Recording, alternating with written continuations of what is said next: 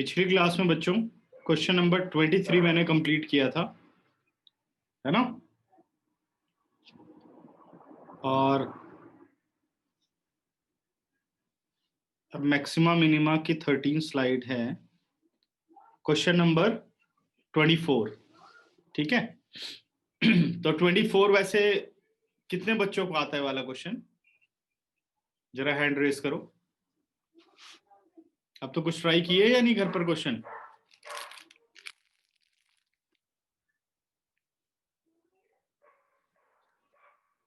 नहीं, maxima minima बिल्कुल आता ही नहीं किसी को। ना ही ट्राई करेंगे आप लोग।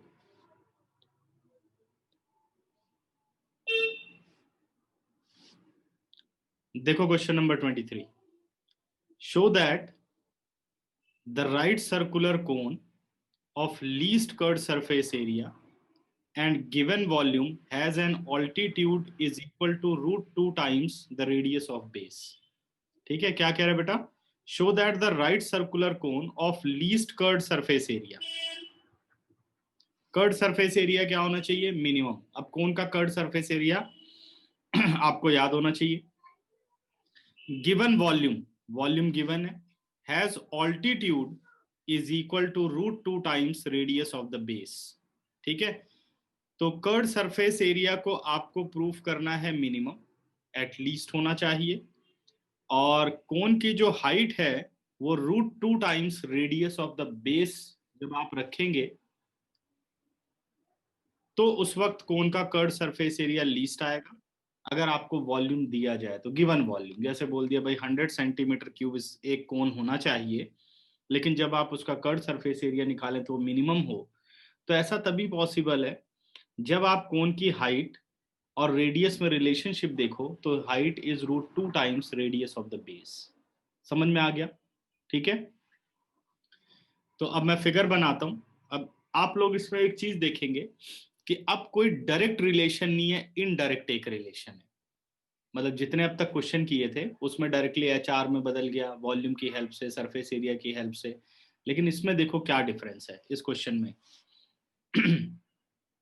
तो फिगर बनाते हैं पहले।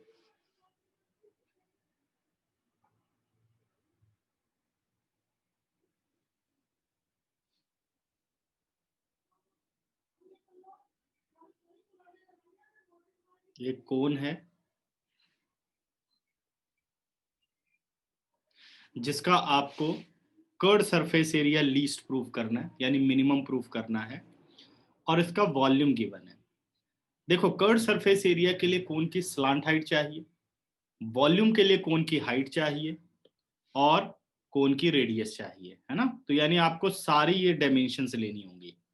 Height of the cone h, radius of the cone is r, and slant height of the cone is l। ठीक है, स्लांट हाइट कोन की कितनी है? l है। अब बात कर लेते हैं बच्चों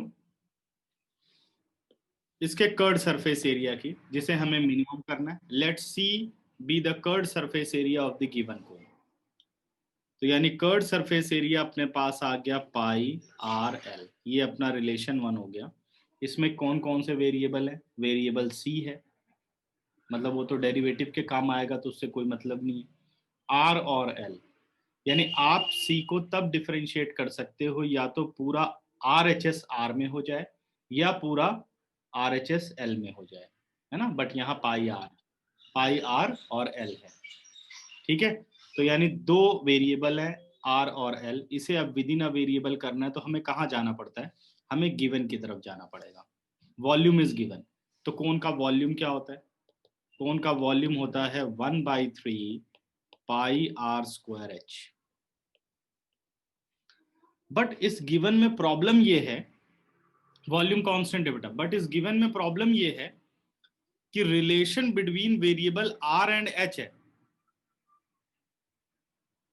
v की हेल्प से आप r को इन टर्म्स ऑफ h कर सकते हो या h को इन टर्म्स ऑफ r कर सकते हो, लेकिन हमें रिलेशन क्या चाहिए? हमें तो r और l में रिलेशनशिप चाहिए। अब यहां पर आपको एक थर्ड रिलेशन खुद सोचना होगा कि कैसे r, l और h रिलेटेड होते हैं। बाकियों में ऐसा नहीं है, कौन वाले क्वेश्चंस में ऐसा हो जाता है। ठीक है, अब हम क्या जानते हैं, because L square is equal to H square plus are square, होती है ये कंडीशन, है ना, L square is equal to H square plus are square. अब आप देखो, जब एल में आपको रिप्लेस करना होगा तो आपके पास चॉइस नहीं है एल में कि एच को रिप्लेस करें या आर को रिप्लेस करें, आपको एच को ही रिप्लेस करना पड़ेगा, क्योंकि रिलेशन बिटवीन एल और आर चाहिए, रिलेशन बिटवीन एल और आर चाहिए। तो हम इस एक्सप्रेशन का इस्तेमाल करेंगे जो अपने पास ये थर्ड रिलेशनशिप है, ठीक है ना। ये नंबर डालने की वैसे जरूरत नहीं है, ये बार बार बोलूंगा नंबर तो क्लियर हो जाए, इसलिए मैं लिख रहा हूं इसे। अब हम बात करें फ्रॉम सेकंड एंड थर्ड,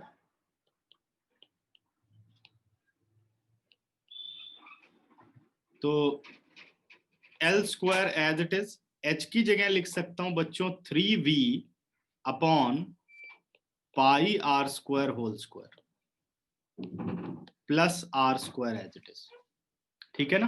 क्या किया, क्रॉस मल्टीप्लाई किया है, 3b पाई आर स्क्वायर नीचे ले आए और h की जगह हमने यहां वैल्यू रिप्लेस कर दी।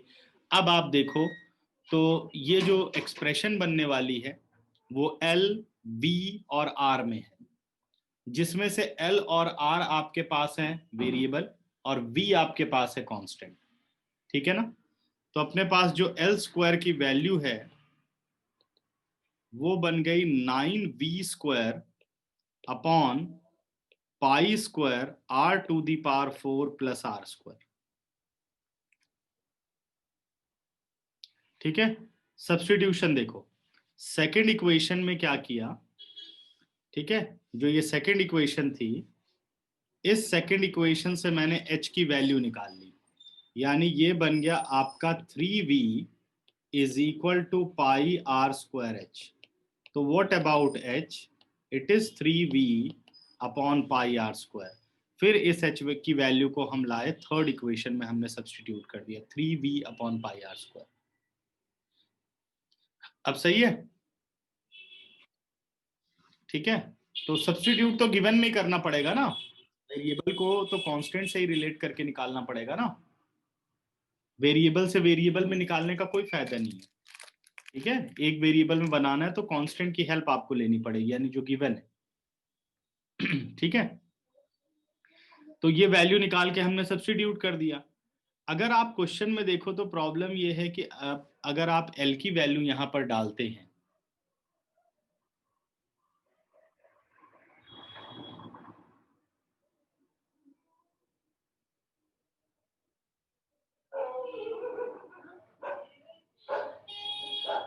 थ्री से टू में जब आप करोगे तो आप h की वैल्यू को लाओगे तो आप रूट करेंगे, फिर भी स्क्वायरिंग ऑन बोथ साइड आपको करना पड़ेगा। कर तो सकते हैं ना, जो इजी मेथड हो उस तरफ हमें जाना होगा ना करने को, चाहे आप थर्ड को सेकंड में पुट करो या सेकंड को थर्ड में पुट करो, इजी कौन सा है जिससे हम कैलकुलेशन इजी कर सके, तो सेकंड से थर्ड में ना, ऐसा याद रखने की जरूरत नहीं है, वो तो आपको इन टर्म्स ऑफ करना ही है। यानी एक ऐसी एक्सप्रेशन चाहिए जहां v l और r हो, वो चाहे आप from third find the value of h from third and put in second, क्योंकि आपको आर स्क्वायर पुट करने का कोई फायदा नहीं है, क्योंकि एल और एच में आपके पास रिलेशनशिप नहीं है, आपके पास रिलेशनशिप जो है वो आर और एल में, समझ गए। तो रिलेशन जो वी की हेल्प से निकालना होगा वो आर और एल में निकालना होगा, ना कि एच और एल में निकालना होगा, ठीक है ना समझ गए, तो ये ध्यान रखना है इसमें। अगला देखो, तो अब हम बढ़ते हैं आगे। अब वर्किंग जो है ये बाकियों से थोड़ी अलग है, अब इस वर्किंग को आप समझो। जैसे कर्ड सरफेस एरिया की बात करें बेटा, तो जो एल है वो उसके ऊपर स्क्वायर नहीं है, यहां से अगर आप एल की वैल्यू निकालो तो स्क्वायर रूट हो जाएगी, उसे इसमें आप पुट करेंगे तो क्वेश्चन हो सकता है, बट इसमें जो है थोड़ा डिफिकल्ट कैलकुलेशन रहेगी। तो एक मेथड और हम यूज करते हैं, जैसे फर्स्ट इक्वेशन अपने पास है because C is equal to pi are L, ये वाला मेथड इस टाइप के क्वेश्चंस के लिए याद रखना है, ठीक है। C is equal to pi RL. This implies C square is equal to pi square are square L square. ये मैंने इसलिए किया क्योंकि जो ये एल स्क्वायर है इसकी आप डायरेक्ट वैल्यू इसमें पुट कर सको। अब एक चीज आप यहां पर देखिए, रफ समझा रहा हूं यहां पर।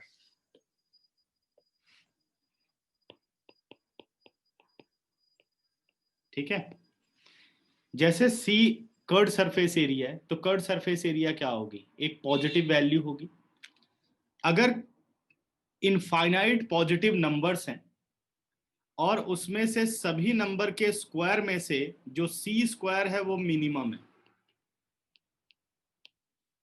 अगर सभी स्क्वायर के पॉजिटिव नंबर के स्क्वायर में जो एक सी पॉजिटिव नंबर है उसका स्क्वायर मिनिमम है, तो पॉजिटिव नंबर सी में और अदर नंबर्स में क्या रिलेशनशिप होगा, तो क्या सी भी सबसे छोटा नहीं होगा। ठीक है, अगर सी स्क्वायर मिनिमम है तो this implies C is also minimum, क्योंकि एक पॉजिटिव नंबर है। ये बात सबको समझ में आ गई? हैंड रेस करो अगर ये बात क्लियर हो गई है। तो जो मैंने यहां बोला है, सी स्क्वायर अगर मिनिमम है, सभी पॉजिटिव में सबसे छोटा स्क्वायर है, तो वो नंबर भी सबसे छोटा होगा। ये तो पॉजिटिव का रिलेशन ही होता है ना? ओके,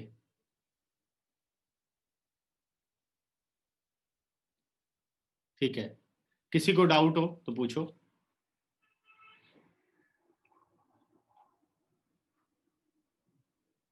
ठीक है, ये बात क्लियर हो गई। तो अब इस क्वेश्चन में हमें क्या करना है बच्चों, इस क्वेश्चन में हमें जो सी स्क्वायर है इसे मिनिमम करना है। सी अपने आप मिनिमम हो जाएगा। C is a positive number, कोई भी पॉजिटिव क्वांटिटी, रियल नंबर ही निकलेगा ना कर्ड सरफेस एरिया, तो पॉजिटिव रियल नंबर हो गया। ठीक है, let C square is equal to Z, single ले लिया क्योंकि D C square by D L या डी आर लिखना थोड़ा मुश्किल लगेगा, तो उसको हमने जेड मान लिया। अगर जेड मिनिमम हो गया तो इसका मतलब सी स्क्वायर मिनिमम है, और सी स्क्वायर मिनिमम का मतलब है सी इज मिनिमम। इनडायरेक्टली बात ये हो गई कि हमें जेड को मिनिमम करना है, तो कर्ड सरफेस एरिया मिनिमम हो जाएगा। और जो ये वाली कंडीशन है, ये यहां पर आपको समझना होगा कि कुछ ऐसे ही स्पेशल क्वेश्चन के लिए आपको इसे लगाने को तो सब में लगा सकते हैं, लेकिन उसमें क्या होगा कि क्वेश्चन आसान के बजाय मुश्किल हो जाएगा।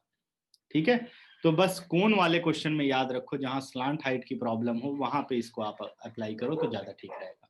ठीक है ना, समझ गए? जहां ऐसे लार्ज वैल्यूज हो, जैसे 9v² upon pi square r4 plus are square का रूट, तो इसको थोड़ा डिफरेंशिएशन जब हम करेंगे तो थोड़ा मुश्किल हो जाएगा।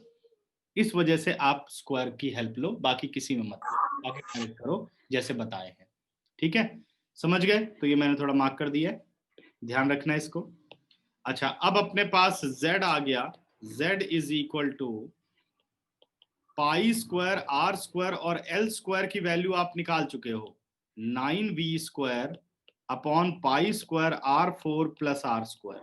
ध्यान देना बच्चों, आपने एल को रिप्लेस कर दिया। अब पूरा का पूरा जो जेड का रिलेशनशिप है वो आर और एल में हो गया। जेड का रिलेशनशिप किस में हो गया? आर और एल में हो गया। ठीक है, अब आप ब्रैकेट को ऑफ करिए। Now Z is equal to pi square से पाई स्क्वायर कट गया, r4 और आर स्क्वायर कट गया, तो आ गया 9v² upon r square plus pi square r to the power 4। सही आ रहा है? कैलकुलेशन देख ली सबने? Pi are square L square, L square की वैल्यू उठाई और एल स्क्वायर की वैल्यू रिप्लेस कर दी, ब्रैकेट ऑफ किया, पाई स्क्वायर से पाई स्क्वायर कट गया, 9v² as it is, R square और r4 कैंसिल हुए, आर स्क्वायर बचा, पाई स्क्वायर आर स्क्वायर और आर स्क्वायर r4। अब ये डिफरेंशिएशन की सबसे सिंपलेस्ट फॉर्म पे आ चुका है। ठीक है, किसके रिस्पेक्ट में आपको डेरिवेटिव करना है? With respect to R, differentiating with respect to R. ये बना dz by D R, R is to power -2 हो जाएगा, तो क्या आ गया? -18v² upon r³, -18v²। Are variable है ना, इसलिए आर के रिस्पेक्ट में हुआ, वी तो कांस्टेंट है। पाई आर एल में आर और एल क्या हुए? वेरिएबल। आपने इसे विद इन अ वेरिएबल कर दिया, ऑल इन आर कर दिया, बाकी तो सब कांस्टेंट है। तो किसके रिस्पेक्ट में डेरिवेटिव होगा? आर के रिस्पेक्ट में होगा। ठीक है, तो -18v² upon r cube plus 4π² r cube. ठीक है, फॉर, अब इससे ज्यादा ये सिंप्लीफाई भी नहीं हो सकता। फॉर मैक्सिमा और मिनिमा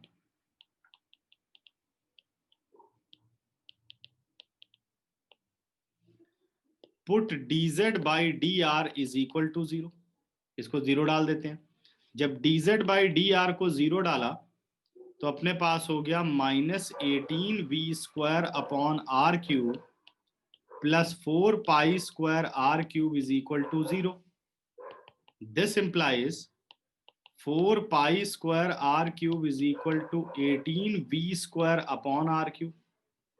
क्रॉस मल्टीप्लाई बेटा, ये आ गया r is to power 6 is equal to 18v² upon 4π²।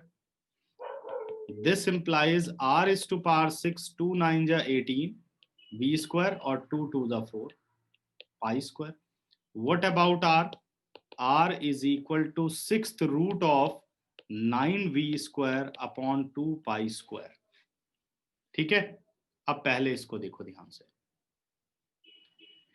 यहां तक तो आप समझ चुके थे। अब आप डेरिवेटिव पर एक बार नजर घुमाओ। जब हमने डेरिवेटिव किया, फटाफट देखो।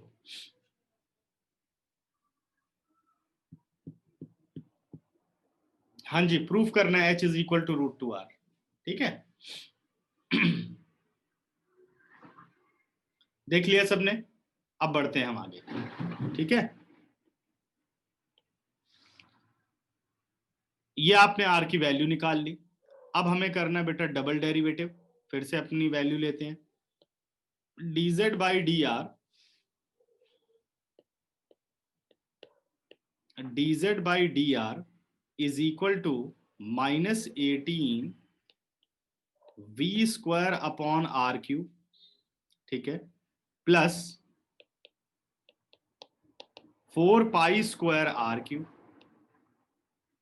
4π² आर क्यूब। अब किसके रिस्पेक्ट में डेरिवेटिव होगा? फिर से आर के रिस्पेक्ट में, differentiating with respect to R again.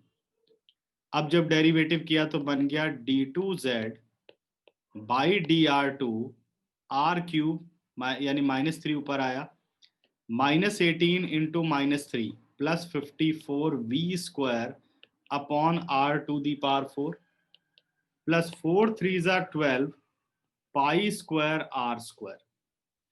सही है। अब आप अपने वेरिएबल पर ध्यान दो, जहां हम वैल्यू डालेंगे r²। आप चाहे नेगेटिव वैल्यू भी डालो तब भी वो क्या बनने वाली है? Positive. r to the power 4 positive, 54 positive, 12 positive, v² positive. जब ये डेफिनेटली शो कर रहा है कि पॉजिटिव ही देगा, तो ऐसे में अगर आप वैल्यू नहीं भी रखते हो तो चलेगा। आप ऐसे सीधे लिखो, because d2z by dr2 for all r is 6th root of 9v² upon 2π² is greater than 0, therefore z is minimum. This implies CSA of cone is minimum. Z minimum हो गया तो CSA मिनिमम हो गया। नहीं, मैंने एक आपको variable समझाया कि ये अगर आप एक्सप्रेशन देखते हो, चाहे इसमें आप कुछ मत पुट करो, what is the meaning of this expression? r 0 तो हो नहीं सकता, है ना? रेडियस 0 होगा कोन का तो कोन बनेगा ही नहीं। यानी r कोई भी वैल्यू है, कोई भी रियल नंबर, चाहे नेगेटिव या positive, r² always positive, r4 और r²। ये मैंने एक एक्सप्रेशन आपको बोली है कि भाई आप इसमें क्यों लिख सकते हैं पॉजिटिव डायरेक्ट, और एग्जामिनर आपके नंबर भी नहीं काटेगा। बाकियों में क्यों नहीं लिख सकते? क्योंकि जब हमें ये बात पता ही है कि मिनिमम मैक्सिमम, तो हम डायरेक्ट ही लिख लें जैसे यहाँ लिख दिया, क्योंकि बाकियों में ये डेफिनेटली शो नहीं हो रहा होता। तो आप वैल्यू रखते हैं और बताते हैं कि नेगेटिव है। ठीक है, वो तो ठीक है, रूट नेगेटिव नहीं होगा। समझ गए? मैंने एक्सप्रेशन जस्टिफाई की कि अगर आप एक्सप्रेशन को देखो तो एक्सप्रेशन ही ऑलवेज पॉजिटिव है।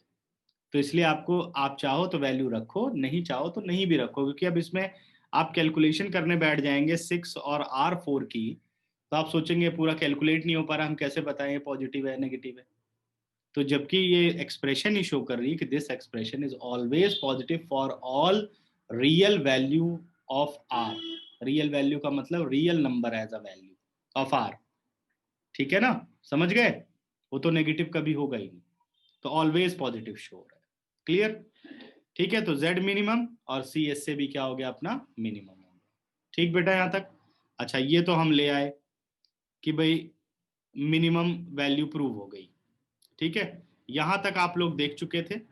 अब आप सेकंड डेरिवेटिव से फिर से एक बार ध्यान दो कि हमने फिर सेकंड डेरिवेटिव किया आर के रिस्पेक्ट में जो आया, फिर उसके बाद हमने इसके अंदर वैल्यू डाली।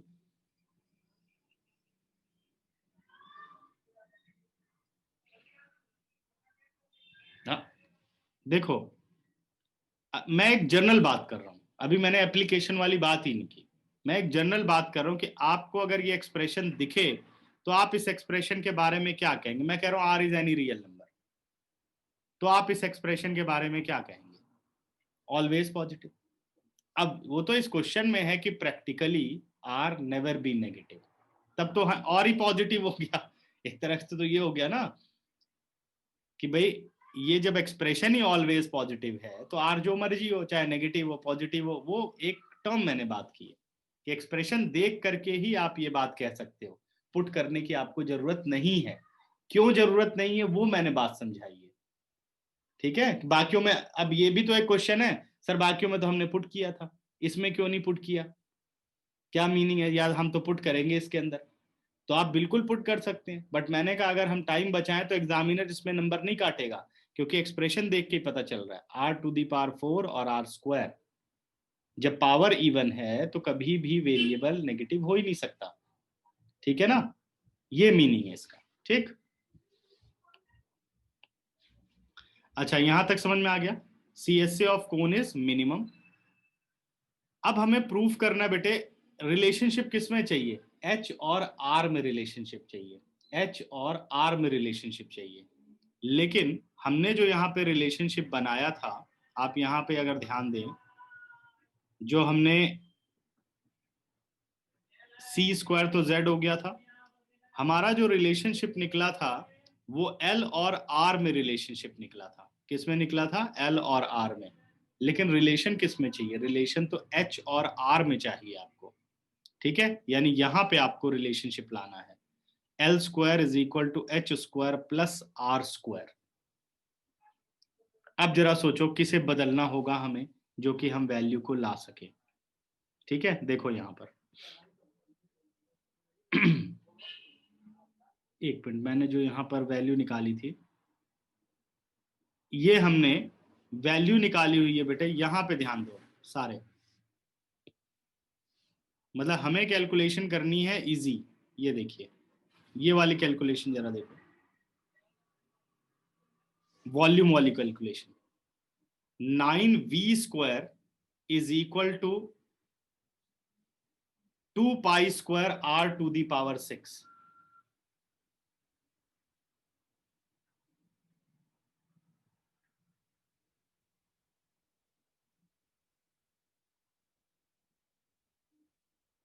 क्योंकि वो रिलेशन नहीं बन रहा ना एच और आर का। कर्ड सरफेस एरिया में जो रिलेशनशिप है वो एल और आर में है, तो एच और आर कैसे हम कर लेंगे? जिसको आपको डिफरेंशिएट करना है वहां वेरिएबल एल और आर है। जब हम वॉल्यूम लेते हैं जो गिवन है तो वो रिलेशन हमें एच और आर में देता है, तो अब कैसे करें? तो बदलना पड़ेगा ना। फिर हमें रिलेशन ढूंढना पड़ा कि एल और आर को कैसे रिलेट करें। तो एच उसमें मीडिएटर हो गया कि एच भी वॉल्यूम में आता है और एल स्क्वायर एच स्क्वायर और आर स्क्वायर में भी एच आता है। तो हमने इस एच को यूज किया, दोनों से एल और आर में रिलेशनशिप निकाल लिया, फिर ले जाके हमने पुट कर दिया। ठीक है, अच्छा अब मैं एच और आर की बात कर रहा हूं बेटा। तो ये रहा अपने पास 9v² इज इक्वल टू पाई 2π²। मैं यहां पे ये काम करूंगा जो कि तुम लोग डायरेक्टली समझ सको इस बारे में। ठीक है, पेपर में नीचे करना। ठीक, तो मैं लिख सकता हूं 9v² is equal to 2π² r6। एक रिलेशन बन गया। अब अगर मैं कोन के वॉल्यूम की बात करूं बेटा, तो वॉल्यूम कितना है कोन का? 1/3 pi are square h, because 1/3 pi are square h, ठीक है ना? दिस इंप्लाइज, ये इसके लिए चल रहा है बेटा, 9v is equal to pi are square H.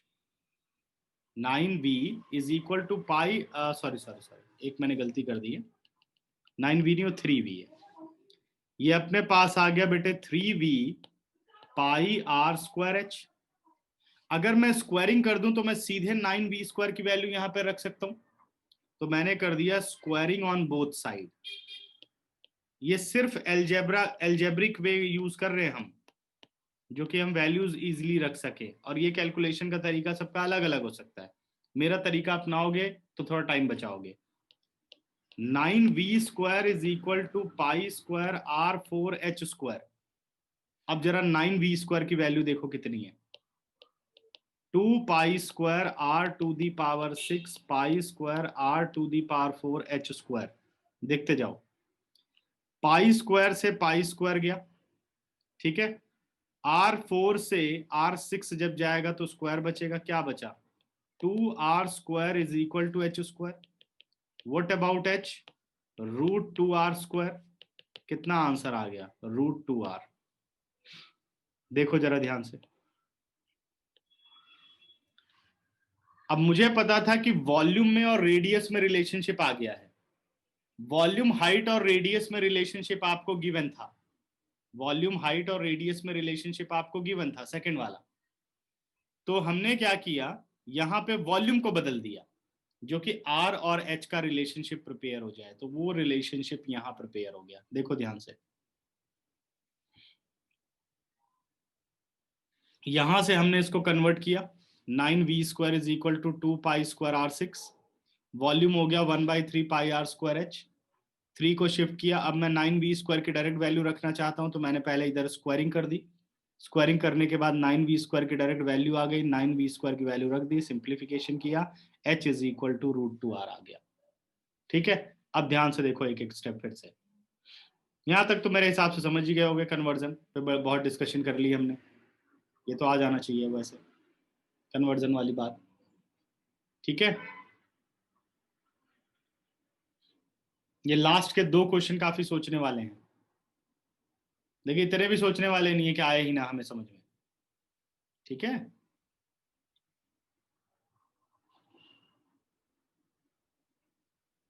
अब देखो ध्यान से।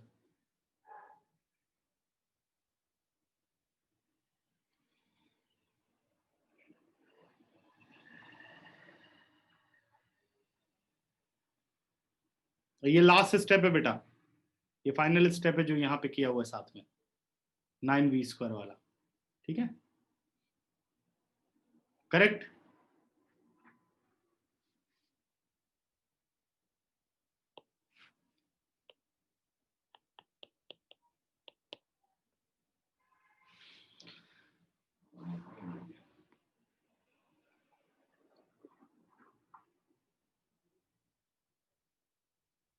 हाँ, इसी ऐसे ही कोन वाले क्वेश्चंस में ही उनको अप्लाई करो तो ज्यादा ठीक रहेगा, बाकी मत करना।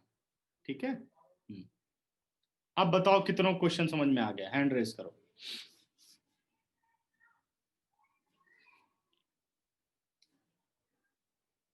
और घर पे इसको रिपीट भी किया करो तुम लोग, एक बार खुद करके देखा करो, जो कि एक ही बार में एनसीईआरटी सारी तैयार हो जाए।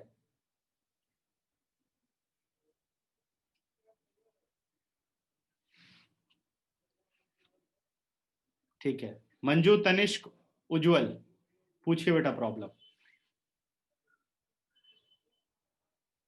बताओ मंजू, कौन से स्टेप पर रुकना है? क्लियर? ठीक है,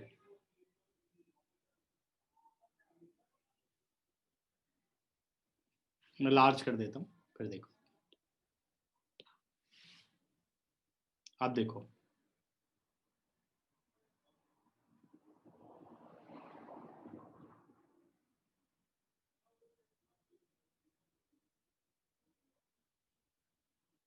ठीक है, चलो, बाकी अभी पीडीएफ भेजूंगा, फिर पढ़ना आराम से, और जरूर रिपीट किया करो खुद। नहीं तो फिर वहीं के वहीं रह जाएंगे, क्योंकि इतना स्लो हम कर रहे हैं ये वाला टॉपिक कि वो तुम लोग समझ सकते हो कितना स्लो चल रहा है ये। एक एक चीज 4 4 बार हम लोग कर रहे हैं, तो अब ध्यान से अब आ जाना चाहिए। ठीक है, अब देखो अगला question. Show that the semi vertical angle of a cone of maximum volume and of given slant height is tan inverse √2. Show that the semi vertical angle of a cone of maximum volume, ठीक है, and of given slant height. अब देखो बच्चों क्या क्या करना है आपको। मैक्सिमम वॉल्यूम, ठीक है, एंड गिवन स्लांट हाइट,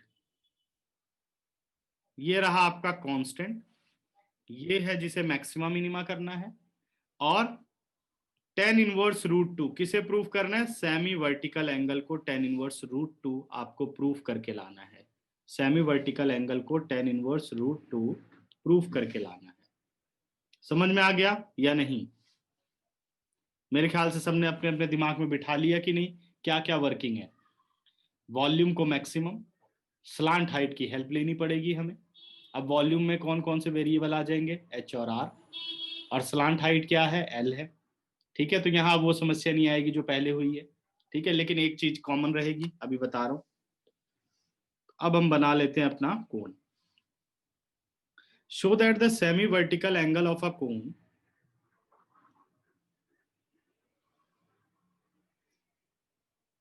कोण में एक ही एंगल होता है वर्टिकल, जो यहां दिख रहा है टॉप पर जो बनता है, ये हो गया अपने पास कोण। ठीक है, कोण का सेमी वर्टिकल एंगल हो गया, ये आपके कोण का सेमी वर्टिकल एंगल हो गया। कोण की हाइट को h मान लेते हैं, जो कि वेरिएबल होगी, गिवन नहीं है। और रेडियस को r मान लेते हैं, ये भी वेरिएबल हो जाएगी। लेकिन हमें कोण की स्लांट हाइट यानी l जो है वो गिवन। डायमेंशन सबको क्लियर हो गई या नहीं? मैं इस सेमी वर्टिकल एंगल को मेंशन कर देता हूं अल्फा, और आपको ये अल्फा जो है वो प्रूव करना है tan inverse √2। Semi vertical angle is tan inverse √2। ठीक है, फिर से क्वेश्चन पढ़ लो। Show that the semi vertical, show that the semi vertical angle यानी prove that the semi vertical angle of a cone of maximum volume and of given slant height is tan inverse √2। Prove करो कि एक cone जिसका volume maximum है, slant height हमें पता है, उसका सेमी वर्टिकल एंगल होना चाहिए tan इनवर्स √2। ठीक है ना? अब आते हैं जिसे हमें मैक्सिमा या मिनिमा प्रूफ करना है। इन शॉर्ट जिसे हमें डिफरेंशिएट करना है वो है अपना वॉल्यूम। वॉल्यूम का फॉर्मूला हुआ according to the question 1/3 pi r²h। अब यहाँ कौन कौन से वेरिएबल हो गए? वेरिएबल r हो गया और वेरिएबल h हो गया। अब v को डिफरेंशिएट करना या तो पूरा h में हो जाए या पूरा r में हो जाए, तो हमें जाना पड़ेगा भाई क्वेश्चन में गिवन क्या है। गिवन क्या है? स्लांट हाइट है। तो देखते हैं क्या रिलेशन बनता है। l² is equal to h² plus r²। देख लिया बच्चों? अब यहां ये डायरेक्ट रिलेशन है। ठीक है, वॉल्यूम कांस्टेंट नहीं है, वॉल्यूम को तो मैक्सिमम मिनिमम प्रूव करना है। हाँ जी परी, मैक्सिमम वॉल्यूम ये कैसे कांस्टेंट हुआ? कांस्टेंट तो स्लांट हाइट हुई, गिवन स्लांट हाइट। ठीक है, हाँ स्लांट हाइट है। ओके, तो अब L आपके पास कांस्टेंट हो गया, H और R को with the help of L convert करना होगा एक वेरिएबल में। अगर आप ध्यान दो तो कौन सा वेरिएबल सही रहेगा? मैं पूरे r² को ही बदल सकता हूं l² माइनस h²। ये देखिए सीधा रिलेशन, इजी हो गया। अब आप इस r² की वैल्यू को ले जाकर के फर्स्ट में पुट करो, from first and third. Volume हो गया 1/3 पाई, r² की वैल्यू मुझे रिप्लेस कर देनी है, जो कि है l² minus h² into h। ठीक है, अब एक बार ध्यान से देख लो क्या किया मैंने। इतने पे पहले काम करो। कन्वर्जन सबको समझ में आ गई कि नहीं? कोई कुछ पूछना चाहता है तो हैंड रेस करो। सब बात क्लियर हो गई या नहीं?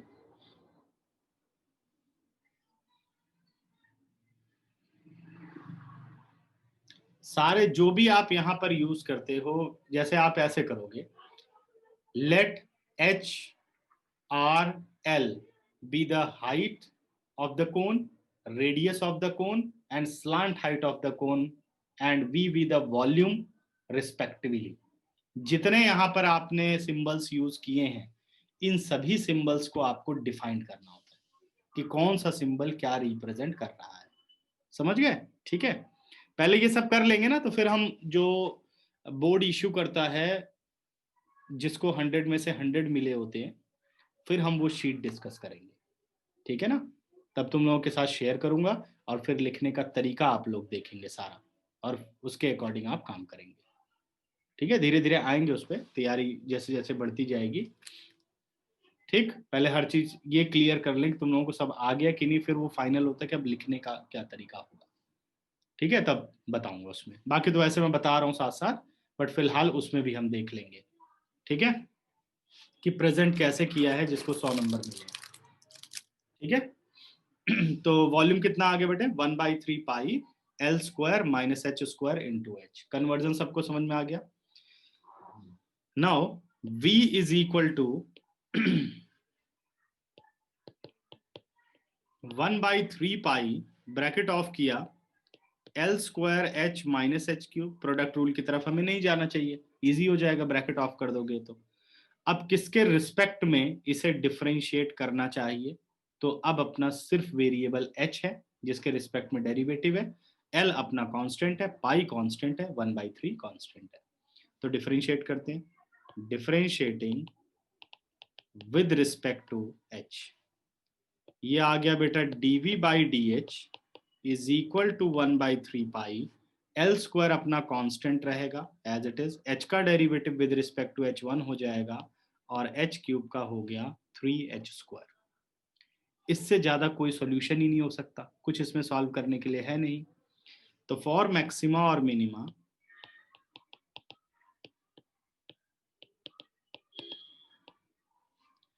Put dv by dh is equal to 0। This implies 1/3 pi, zero के साथ गया, जीरो हो गया, अपने पास सिर्फ आ गया l square minus 3h square is equal to 0। ठीक है ना? अब आते हैं हम, this implies minus 3h square is equal to l square, minus l square sorry, minus और minus cancel out, h square is equal to l square by 3। Now what about h? h is l by root 3। कितनी value आ गई? l by root 3। ये आपने h को निकाल लिया, किसकी टर्म में? कांस्टेंट की टर्म। ठीक है, अब यहां तक ऑब्जर्व करो क्या किया। सबसे पहले आपने कन्वर्जन देख ली, कन्वर्ट कैसे किया हमने, फिर आपने डेरिवेटिव कर दिया, जीरो के बराबर रख दिया, और h की वैल्यू आ गई इन टर्म्स ऑफ ऑल कांस्टेंट्स। ठीक है, अब ये वैल्यू आने के बाद क्या इस वैल्यू के लिए ये मिनिमम है? मिनिमम है, मैक्सिमम प्रूफ करना है? हमें प्रूफ करना है यहाँ पे मैक्सिमम वॉल्यूम। तो क्या इस वैल्यू के लिए ये मैक्सिमम है? तो उठाते हैं फिर से अपना जो फर्स्ट डेरिवेटिव हमने किया था, dv by D H is equal to 1/3 pi L square minus 3h square. ठीक है, अब सेकेंड डेरिवेटिव करो, again differentiating with respect to h, dv by D H d2v by D H to 1/3 pi L square का 0, और ये हो गया बेटा -6h। ठीक है, d2v by D H to when h is equal to l by root 3, तो 3 2 जा 6 -2 पाई l by root 3। अब बताओ, always negative, l positive, root 3 positive, pi positive, 2 positive, बाहर है negative, because d2v by dh2 at h is equal to l by root 3 is less than 0, therefore volume is maximum। चलिए अब इस step पे ध्यान दो। h निकालने के बाद आपने डबल डेरिवेटिव किया और उस डबल डेरिवेटिव में फिर जो h निकाला था इन टर्म्स ऑफ गिवन कांस्टेंट और उसको सॉल्व कर दिया। समझ गए? फर्स्ट डेरिवेटिव में देखो एल स्क्वायर एच था, एल स्क्वायर बाहर, एच का डेरिवेटिव कितना हो गया 1, एच क्यूब का डेरिवेटिव 3h² क्योंकि विद रिस्पेक्ट टू एच चल रहा है। एल कांस्टेंट है, 1/3 कांस्टेंट है, पाई कांस्टेंट है। समझ में आ गया? ठीक है, ओके। तो अब हम यहां तक पहुंच गए हैं। अब क्या रह गया अगला काम अपना? मैक्सिमा तो प्रूफ हो गया। आगे कहता है कि जो ये सेमी वर्टिकल एंगल है ये होना चाहिए tan इनवर्स। अब बच्चों ध्यान दो, tan इनवर्स बनेगा कैसे? tan इनवर्स होता है perpendicular upon base. Perpendicular upon base, ये एक 90 डिग्री की ट्राइंगल है। कौन सी? अल्फा के अकॉर्डिंग सोचो। ठीक है, नेमिंग लिखना चाहो तो लिख सकते हो, बाकी जरूरत नहीं है, ये मैं समझाने के लिए लिख रहा हूँ। ए बी सी, जैसे ए बी सी ट्राइंगल की बात करो तो ये 90 डिग्री है। अल्फा के सामने आपका परपेंडिकुलर क्या होगा? रेडियस, और हाइट बेस क्या होगा? हाइट। यानी r by H is equal to tan alpha. r by H is equal to tan alpha. अब एक बात पे ध्यान दो, आपके पास h तो आ चुका है, मतलब कांस्टेंट में वैल्यू निकालने का मतलब है h की वैल्यू आ चुकी है। अब जरूरत किसकी है? r की वैल्यू की जरूरत है। तो आप जाओ रिलेशन पर, कहा h r रिलेटेड थे, थर्ड एक्सप्रेशन पर, यहां से आप r को फाइंड आउट कर सकते हो। अगर l की वैल्यू आपके पास है, h की वैल्यू है, l तो कांस्टेंट ही रहेगा, r को आप निकाल सकते हो। तो अब हम यहां से r को निकाल सकते हैं। देखो जरा, because r square is equal to l square minus h square, this implies r square is equal to l square minus h की जगह हो गया l/√3 होल स्क्वायर। ठीक है, this implies r square is equal to l square minus l square by 3, 3l square minus l square, r square हो गया 2l square by 3। This implies r is equal to √2l square by 3।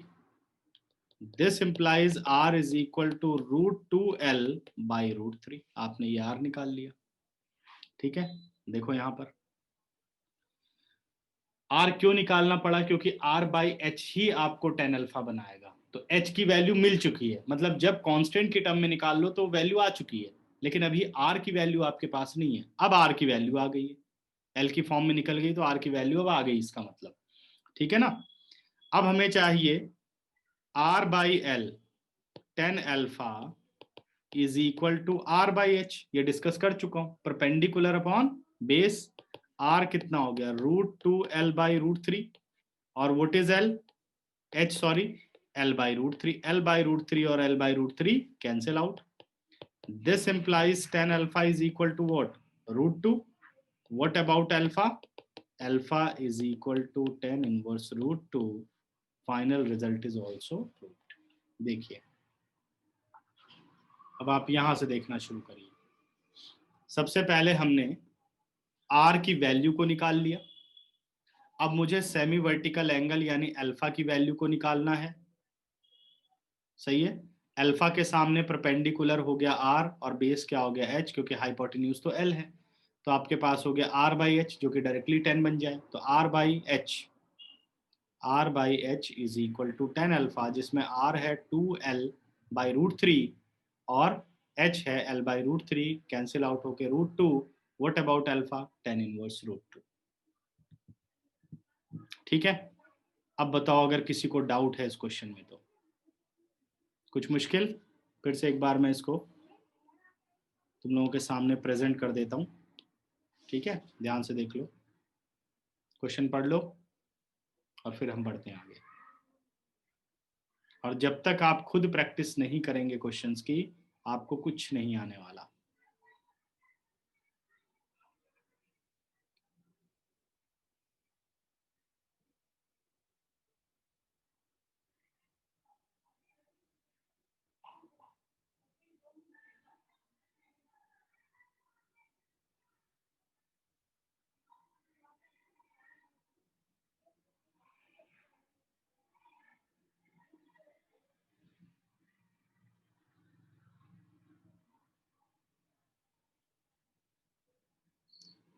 और ये 100% है कि अगर अब की बार आप लोगों ने ये सारे क्वेश्चन खुद रिपीट कर लिए तो मैं बता रहा हूं कभी नहीं भूलोगे पूरी जिंदगी, मैक्सिमम मिनिमम। ठीक है, अब बताओ कितनों को समझ में आ गया, हैंड रेज करो, क्वेश्चन ही वाला।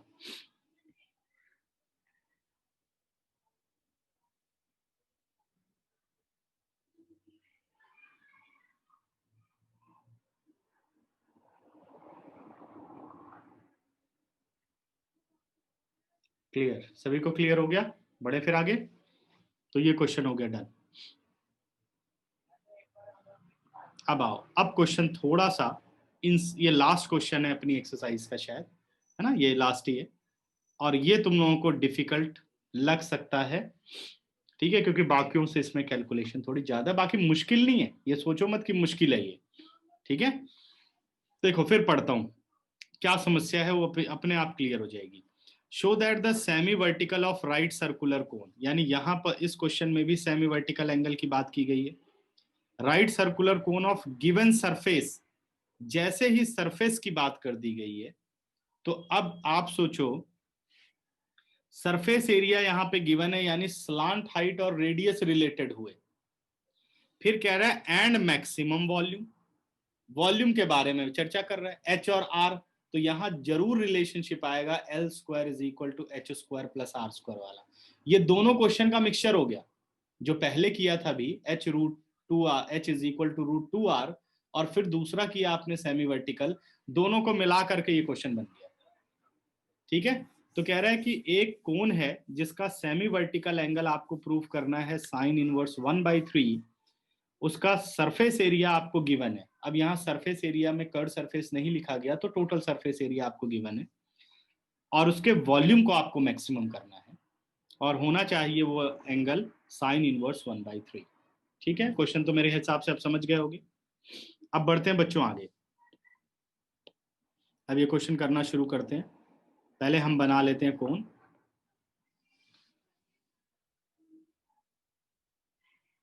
ध्यान देना सभी।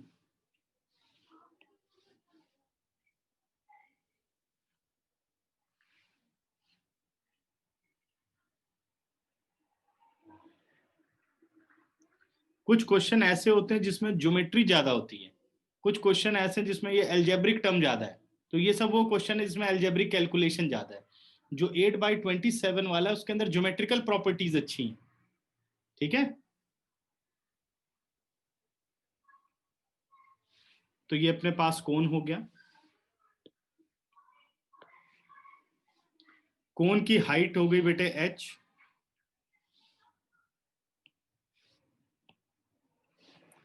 कोण का रेडियस हो गया r, स्लांट हाइट की भी जरूरत पड़ेगी क्योंकि सरफेस गिवन है, स्लांट हाइट l। लेकिन इसमें अभी ये तीनों ही वेरिएबल है क्योंकि गिवन क्या है, सिर्फ आपको सरफेस एरिया गिवन है। भाई कुछ भी एल एच और आर हो, लेकिन जब इसका टोटल सरफेस एरिया आप निकालो तो वो फिक्स होना चाहिए। जैसे दे दी, कुछ भी दे दिया उसने तो हम तो उसे एस मानेंगे, S be the surface area, तो सरफेस एरिया क्या हो गया, फिक्स हो गया। मैक्सिमम किसे करना बेटे, वॉल्यूम को। देखो अब क्वेश्चन, और काफी अच्छा क्वेश्चन है ये, और सबसे बड़ी बात इस क्वेश्चन की है कि ये हर पेपर में बच्चे की प्रॉब्लम होती है, चाहे प्री बोर्ड हो, फर्स्ट टर्म हो, बोर्ड हो, ये जरूर प्रॉब्लम पूछेंगे। तो मैं ये चाहता हूं कि अब ये तुम लोग प्रॉब्लम ना पूछो, इस क्लास के बाद तुम लोगों को ये क्वेश्चन बहुत अच्छी तरीके से आता हो और उसी हिसाब से दिमाग को प्रिपेयर करके पढ़ना कि अगर अगली बार प्रॉब्लम पूछी तो पिटाई हो जाएगी। 1/3 पाई आर स्क्वायर एच, ये अपने पास हो गया वॉल्यूम जिसे हमें डिफरेंशिएट करना है। ठीक है ना, 1/3 पाई आर स्क्वायर एच, तो वेरिएबल कौन कौन से हो गए, आर और एच यहां हो गए अपने पास वेरिएबल। ठीक है, अब मैं आ रहा हूं सरफेस एरिया पर। सरफेस एरिया हो गया बच्चों pi are l plus pi are square. अब देखो समस्या क्या है, जो कांस्टेंट एस है वो रिलेट कर रहा है एल और आर को, जिसे डिफरेंशिएट करना है वो रिलेट कर रहा है आर और एच को। तो यहीं पर यह समस्या आती कोण वाले में, तो हमें अब तीसरा रिलेशनशिप यहां लेना पड़ेगा। ठीक है, अब तीसरे रिलेशनशिप को मैं थोड़ा इंपॉर्टेंट कर देता हूं। तो ये अपने पास हो गया because L square is equal to H square plus are square. अब हमारे पास ये कोई चारा नहीं कि हम बदलें किसे। अब मुझे बताओ कि हम बदलेंगे किसे। एल और आर में रिलेशनशिप है, तो ये नहीं कह सकते कि आर को बदलें या एल को बदलें। अपने पास चॉइस है, अपने पास कोई चॉइस नहीं है, हमें सीधे एल को बदलना पड़ेगा।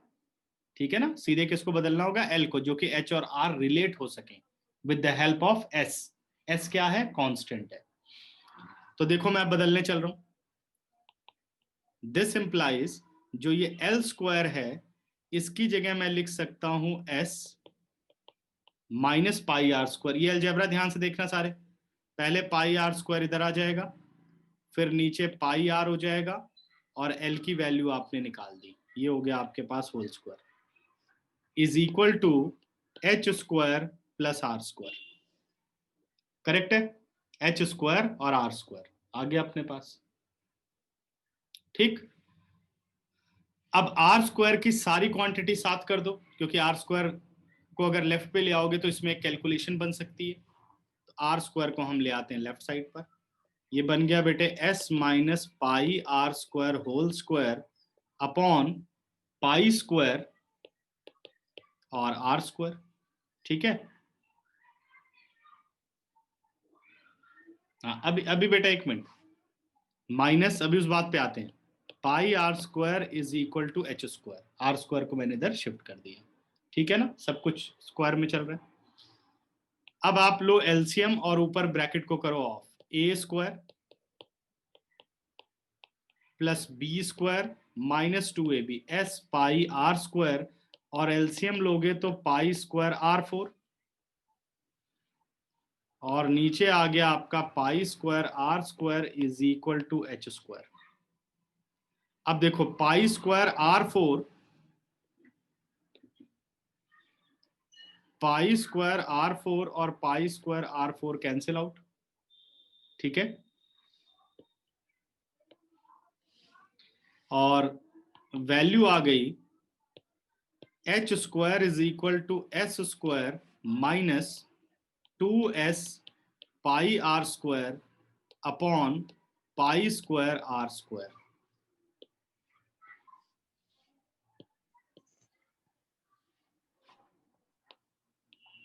बस अभी मैं यहां पे रुकूंगा।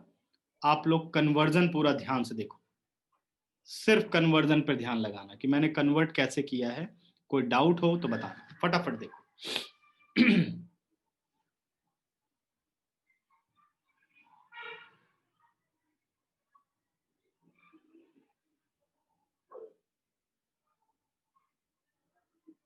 रिलेशन जिसको डिफरेंशिएट करना है वो एच और आर रिलेटेड है। नहीं बेटा, v को तो आपको डिफरेंशिएट करना है ना, v का यूज नहीं कर सकते आप। ठीक है, तो s आपको गिवन है। अब s l और r रिलेटेड है, जिसमें से s कांस्टेंट है, यानी l को s की हेल्प से r में कन्वर्ट कर सकते हो, या r को s की हेल्प से l में कन्वर्ट कर सकते हो। बट वॉल्यूम कहता है कि r और h को रिलेट करना है, यानी पूरा h या तो बदलेगा या r बदलेगा। ठीक है, with the help of s। तो हमने अपने थर्ड रिलेशन को यूज किया, l square is equal to H square plus are square. फिर वहां मैंने वैल्यू डाल दी किसकी। हमारे पास कोई ऑप्शन नहीं है कि आप ये सोचो कि आर को एल की फॉर्म में बदल के आप करो, तो उसका कोई फायदा नहीं होने वाला, और आप बदल भी नहीं पाएंगे। तो हमने क्या किया, उसको कन्वर्ट किया किसको, एल को, in terms of s and r. फिर वो वैल्यू ले जाकर के हमने पुट कर दी किसमें, l square is equal to H square plus are square. फिर सिंप्लीफिकेशन किया। यहां तक किसको किसको समझ में आ गया, हैंड रेस कर दो, क्योंकि ये क्वेश्चन में स्टेप बाय स्टेप चलूंगा।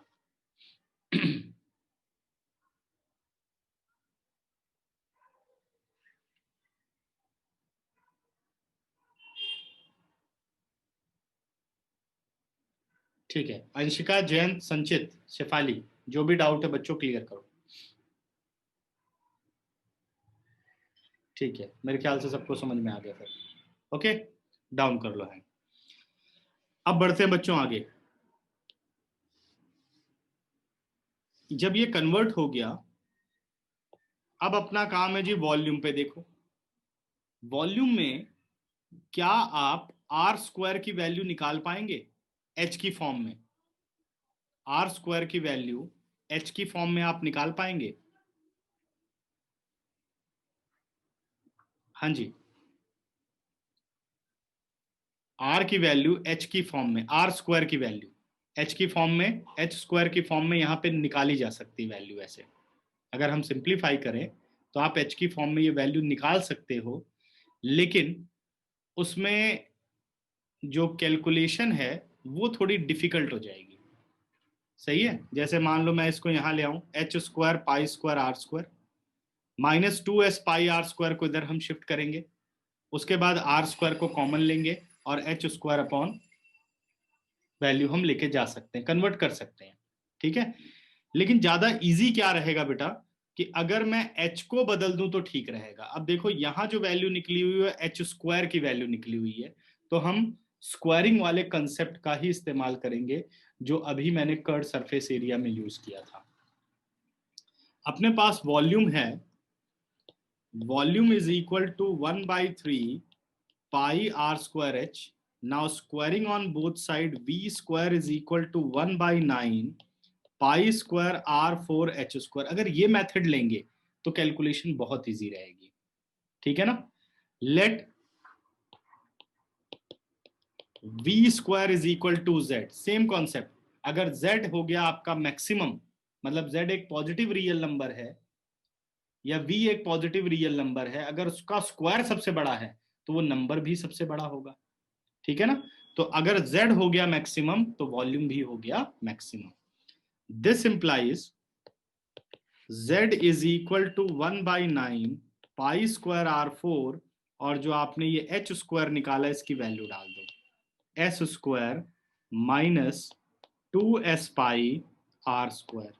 जो मैंने ये थर्ड इक्वेशन तक की है ना बेटा, इस क्वेश्चन में यही मेन पार्ट है, उसके बाद ये क्वेश्चन कुछ नहीं है, बहुत ही इजी क्वेश्चन है। तो अब कोन वाले में तुम लोग सतर्क हो जाओगे कि कोन में जब सी एस ए या टी एस ए की बात करेगा और वॉल्यूम को रिलेट करवाएगा तो ये वाला रिलेशन जरूर लगने वाला है। फिर स्क्वायरिंग जरूर करो, ठीक है, ये ध्यान रखो। करेक्ट है? अब देखो पाई स्क्वायर से तो पाई स्क्वायर चला गया, आर स्क्वायर से R4 चला गया तो आर स्क्वायर बच गया, यानी z अपना बन गया 1/9 s square are square minus 2s pi r⁴। ठीक है, अब थोड़ा यहां कॉन्सेंट्रेट करो मैंने किया क्या है, देखो ध्यान से। वॉल्यूम लिया, स्क्वायरिंग किया। क्यों स्क्वायरिंग किया? क्योंकि एच स्क्वायर चाहिए था, तो एच स्क्वायर बना के, जो कि मैं डायरेक्ट रख दूं, रूट ना रखना पड़े, नहीं तो मुश्किल हो जाएगी कैलकुलेशन। इस तरीके से मैंने किया। फिर आपने क्या किया, एच स्क्वायर की वैल्यू सीधे इसके अंदर डाल दी। ठीक है, एच स्क्वायर की वैल्यू डालने के बाद और फिर हम उसको इवेल्युएट कर लाए। अब बढ़ते हैं हम अपनी कैलकुलेशन पर। ठीक है, बढ़ते हैं आगे। अब आप इसे करिए differentiate, differentiating with respect to r, क्योंकि आर अपना अब वेरिएबल है। जब इसे डिफरेंशिएट किया तो बन गया dz/dr 1/9 s कांस्टेंट, तो s स्क्वायर भी कांस्टेंट, ये बन गया 2s स्क्वायर r। अच्छा, सैटरडे को इंटीग्रल का टेस्ट है बेटा, 4 2 8 s पाई r³। ठीक है, 1/9 2s square r minus 8s pi r³। इससे ज्यादा ये सॉल्व नहीं होगा फॉर मैक्सिमा और मिनिमा।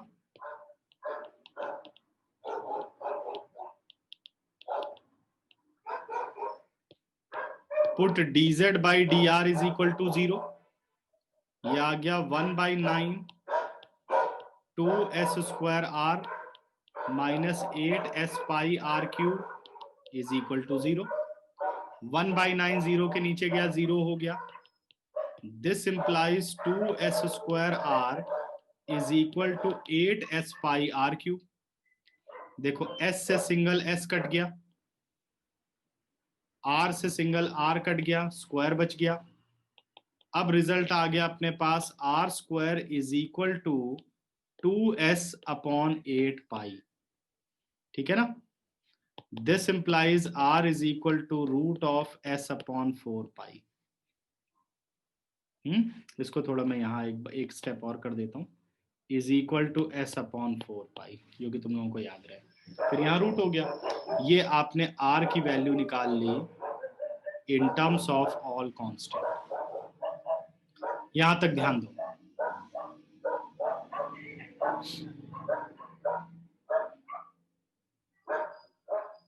s कांस्टेंट है बेटा, तो s और s स्क्वायर कट जाएगा ना, सेम है। जैसे 2² तो कट जाएगा ना, ठीक है। क्लियर।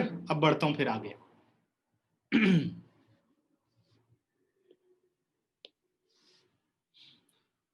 अब जब आपने वैल्यू निकाल ली, अगला काम क्या है भाई, मैक्सिमम प्रूफ करना है।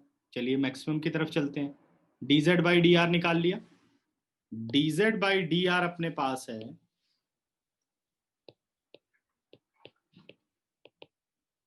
dz/dr की वैल्यू है 1/9 s² r माइनस 8 s पाई r³, 8 s पाई r³। ठीक है। एक चीज और हम जरा देख लें, पाई स्क्वायर से पाई स्क्वायर कट गया था, ठीक है। ठीक है यहां तक। अब दोबारा इसे डिफरेंशिएट करो, again differentiating with respect to r, d2z/dr2, ठीक है।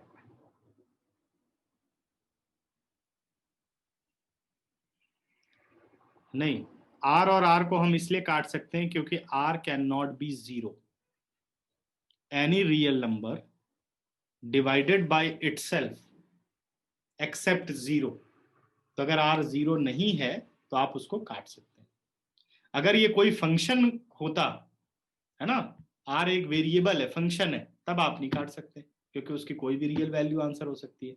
बट इसका आंसर क्या होगा, क्योंकि प्रैक्टिकल क्वेश्चन है तो r is greater than zero, तो इसलिए काट सकते हो आप r को r से। समझ गए? ठीक। तो प्रैक्टिकली वर्किंग हो रही है इसमें। d2z/dr2 1/9 s² r का 1 हो गया, 8×3 = 24 s पाई r²। ठीक है। अब इस क्वेश्चन पे ध्यान दो। अब आप इसे नहीं लिख सकते डायरेक्टली कि लेस देन जीरो है। क्या ये मेंशन कर रहा है इट इज ऑलवेज नेगेटिव? ये वो उस क्वेश्चन में मैंने बात की थी ना कि वहां हम रख सकते थे, यहां आप नहीं कह सकते। जब तक आप वैल्यू नहीं रखेंगे आपको पता नहीं चलेगा कि ऑलवेज नेगेटिव है, इसलिए इसमें वैल्यू रखनी जरूरी है। इसलिए मैंने उस पर इतनी डिस्कशन की थी। ठीक है ना। अब हम आते हैं d2z/dr2 when r is equal to square root of s/4 pi, 1/9 s² minus 24 s पाई। ठीक है, ध्यान देना बच्चों, 24 s पाई। एक मिनट, ये थोड़ा 245 लग रहा है। 24 s पाई और r² की जगह आप s/4 पाई रखोगे तो स्क्वायर रूट हट गया, s/4 पाई अपने पास आ गया। 4 पाई से 4 पाई कैंसिल आउट, 4×6 = 24। अब क्या आंसर आ गया, 1/9 s² माइनस 6s²। एक मिनट, 4×6 = 24 s²। यहाँ कहीं कैलकुलेशन रॉन्ग हो रही है शायद। 2s², 2sr था बेटा, यहाँ 2 आएगा। ये भी हो गया अपने पास 2, ये भी हो गया 2, ये 2। 6 - 2 - 6 कितना हो गया, -4/9 s²। अब बताओ, इट इज ऑलवेज नेगेटिव। तो because d2z/dr2 for all r is equal to square root s/4 pi is less than 0, therefore z is minimum. This implies volume is minimum.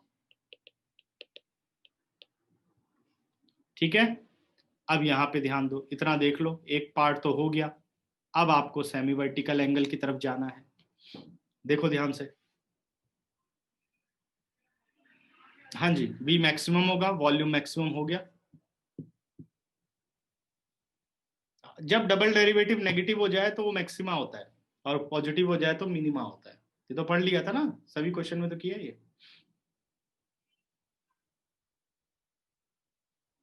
ये रहा d2z by dr2 when r is s upon 4 pi less than 0, maxima. अच्छा मैंने minimum लिख दिया, ओहो, कोई बात नहीं, रुक जा रुक जा। ओहो, ठीक ठीक, तभी तो परेशान हो गए तुम लोग।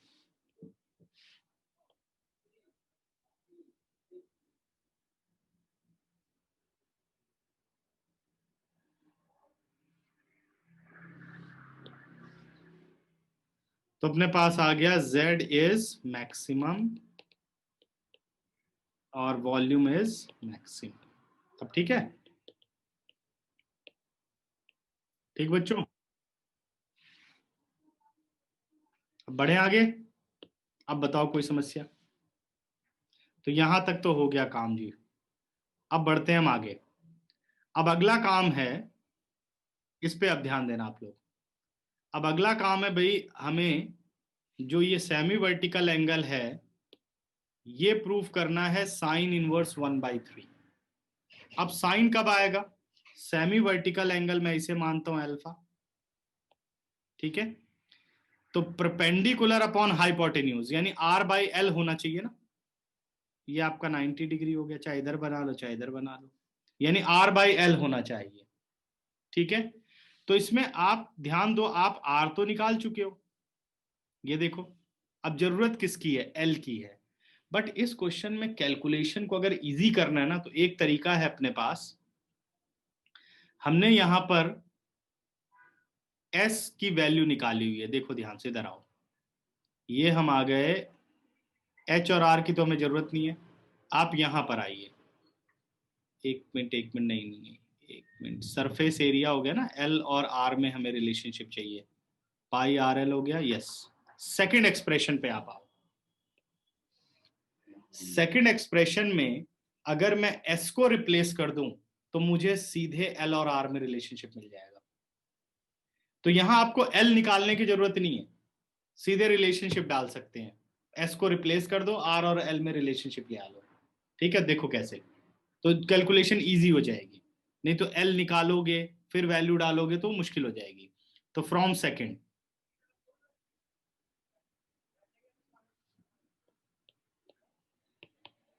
अब ये सब तो प्रैक्टिस करोगे तब आएगा कि भाई हाँ आप ये यूज कर लेते हो, यहाँ ये यूज कर लेते हो, ठीक है। तो वो डिपेंड करता है कि भाई कहाँ कौन सी चीज इजी रहेगी। तो s किसके बराबर है? s is equal to pi are l plus pi are square, pi are l plus pi are square. s is equal to pi are l plus pi are square. अब आप अपना इधर surface area देखो, surface area ये रहा, r square is equal to s upon 4 pi. तो what about s? 4 pi are square, 4 pi are square. This implies 4 pi are square is equal to pi are l plus pi are square.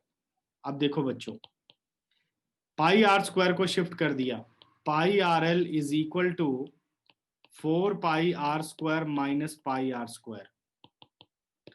This implies pi are l is equal to 3 pi are square. Pi से pi cut गया, हमें क्या चाहिए? r/l चाहिए, ठीक है ना। अब देखो, r को शिफ्ट कर लेते हैं, r/l upon r square is equal to 3। r से सिंगल r कट गया, दोनों तरफ कर दो reciprocal, r/l is equal to 1/3। What is r/l? r/l is sine alpha 1/3।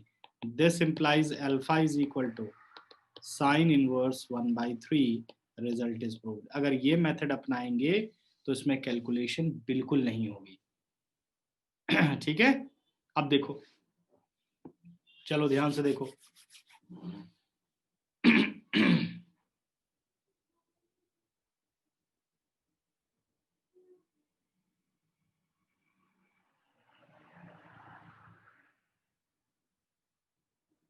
अब सिर्फ वो बच्चे हैंड रेज करो जो फुल कॉन्फिडेंस के साथ कह सकते हैं कि अब दोबारा ये कभी प्रॉब्लम में नहीं होगा ये क्वेश्चन मेरे।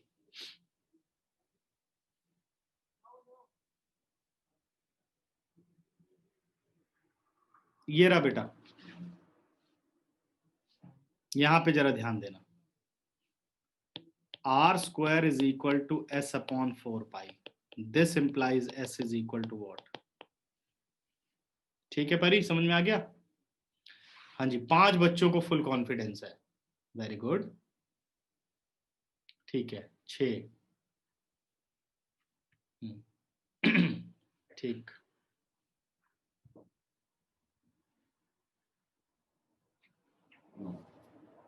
ध्यान से पूछना मत फिर, नहीं तो मैं कहूंगा कौन कौन फुल कॉन्फिडेंस में था। जब बोर्ड का एग्जाम होगा, बोर्ड की रिवीजन हम कर रहे होंगे तो।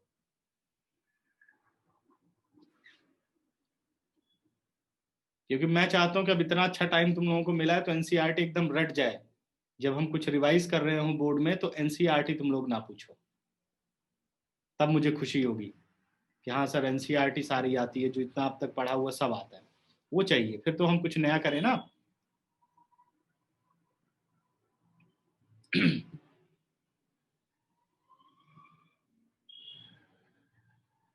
हाँ अभी सारे करते हैं डिस्कस। मैंने सारी लिस्ट बना रखी है, मैक्सिमम मिनिमा बिल्कुल एकदम 100% मेरे को चाहिए कि तुम लोगों को आ जाए। ठीक है, एक बार और देख लें आप लोग, क्योंकि इस साल मैक्सिमम चांस तो यही है कि जो पेपर में क्वेश्चन आएगा मैक्सिमम मिनिमा का एनसीईआरटी में आएगा। वैसे भी 96% तो एनसीईआरटी का ही क्वेश्चन मैक्सिमम मिनिमा का आता है, कभी कभार बोर्ड में जो है वो बदल जाता है। तो इस साल तो 100% ही आने वाला है ना, और वो भी इजी वाला। बट फिलहाल मेरी बात को इतना ज्यादा सीरियस मत लेना, ठीक है? मैं एक अपनी अजम्पशन लगा रहा हूँ, कहीं सीरियस लेके बैठ जाओ कि आसान आसान वाले कर लेते हैं भाई, सर ने कहा था, फिर आ जाओ क्या सर है डंडा उंडा लेके आ जाओ सर को पीटने कि निकलो बाहर, क्या कहा था और क्या हो गया। हुँ?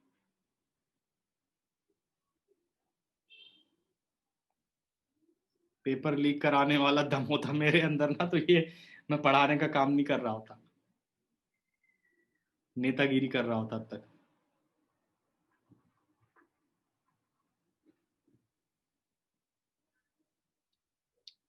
ठीक है complete.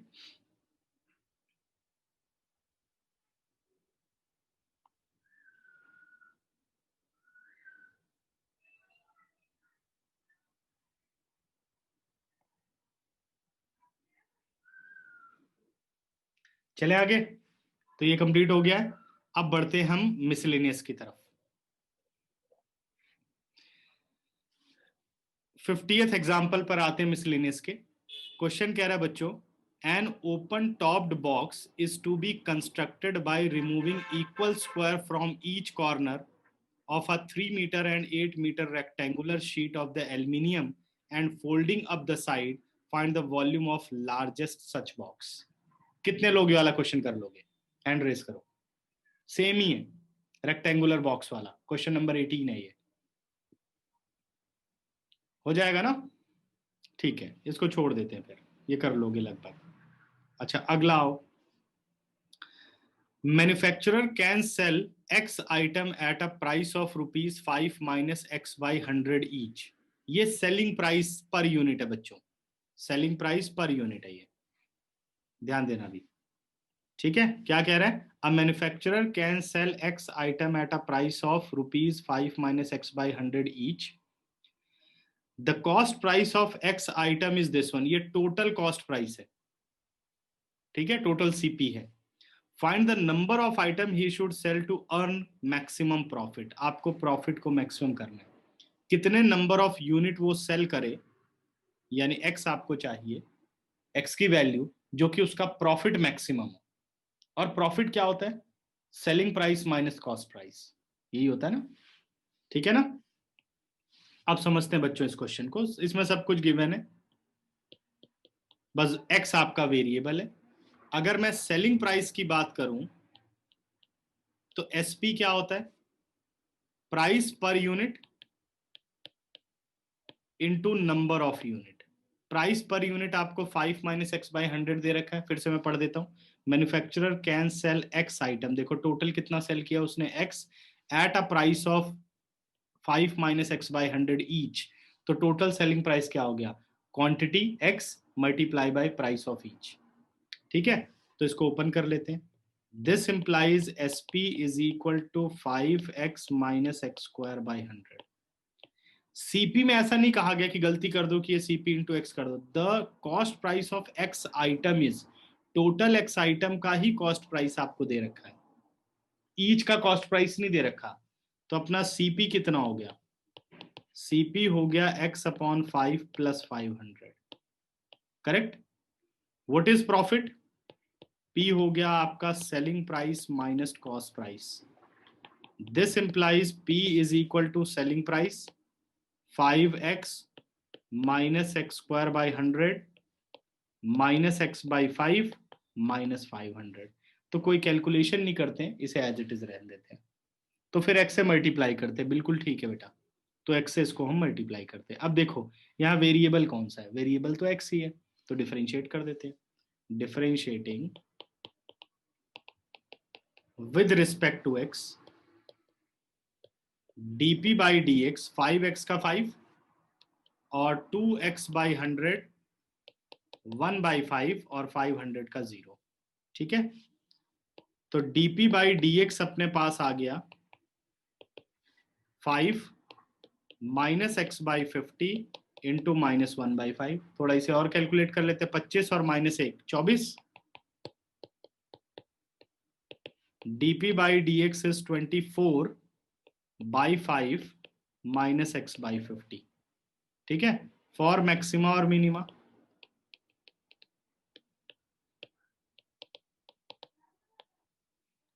Put dp by d x is equal to 0, तो अपने पास आ गया 24 by 5 minus x by 50 is equal to 0। This implies x by 50 is equal to 24 by 5. This implies x is equal to 24 by 5 into 50. अब 5 से कर दो divide, 5 10 और 10 इंटू 24, ये आ गया 240 यूनिट। ये आपके पास टोटल आइटम हो गया। अगर वो इसमें डील करे तो उसको मैक्सिमम प्रॉफिट होगा। तो अभी हमने मैक्सिमम तो प्रूफ किया नहीं है, तो फिर से प्रॉफिट वाली एक्सप्रेशन को लेते हैं। dp by d x is equal to 24 by 5 minus x by 50, differentiating with respect to x again आ गया d2p by dx2, 24 by 5 का 0 minus 1 by 50, d2p by dx2 when x is equal to 240 it is less than 0, therefore profit is maximum at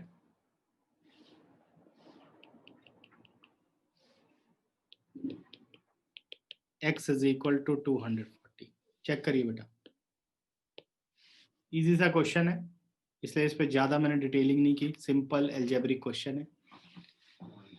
ठीक है, क्या किया हमने, SP निकाल लिया भाई, प्राइस पर यूनिट गिवन था, क्वांटिटी आपको एक्स गिवन थी, दोनों को मल्टीप्लाई करके सेलिंग प्राइस हो गया। Cost price total x unit का आपको गिवन था, फिर हमने प्रॉफिट निकाल लिया, selling price minus cost price, जितना सॉल्व हो सकता था सॉल्व किया। फिर आपका वेरिएबल एक्स है और तो कोई इसमें वेरिएबल ही नहीं है, differentiating with respect to x कर दिया, 0 के इक्वल पुट किया, 240 आ गया quantity, double derivative minus 1 by 50 which is negative at x is equal to 240, therefore profit is maximum। कितनों को समझ में आ गया, हैंड रेस करो। अभी रुक जाओ प्रथम।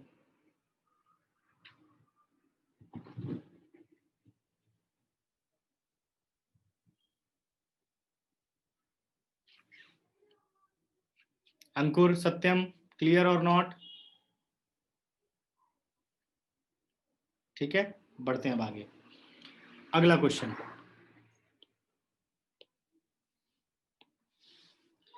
नेक्स्ट है बेटा,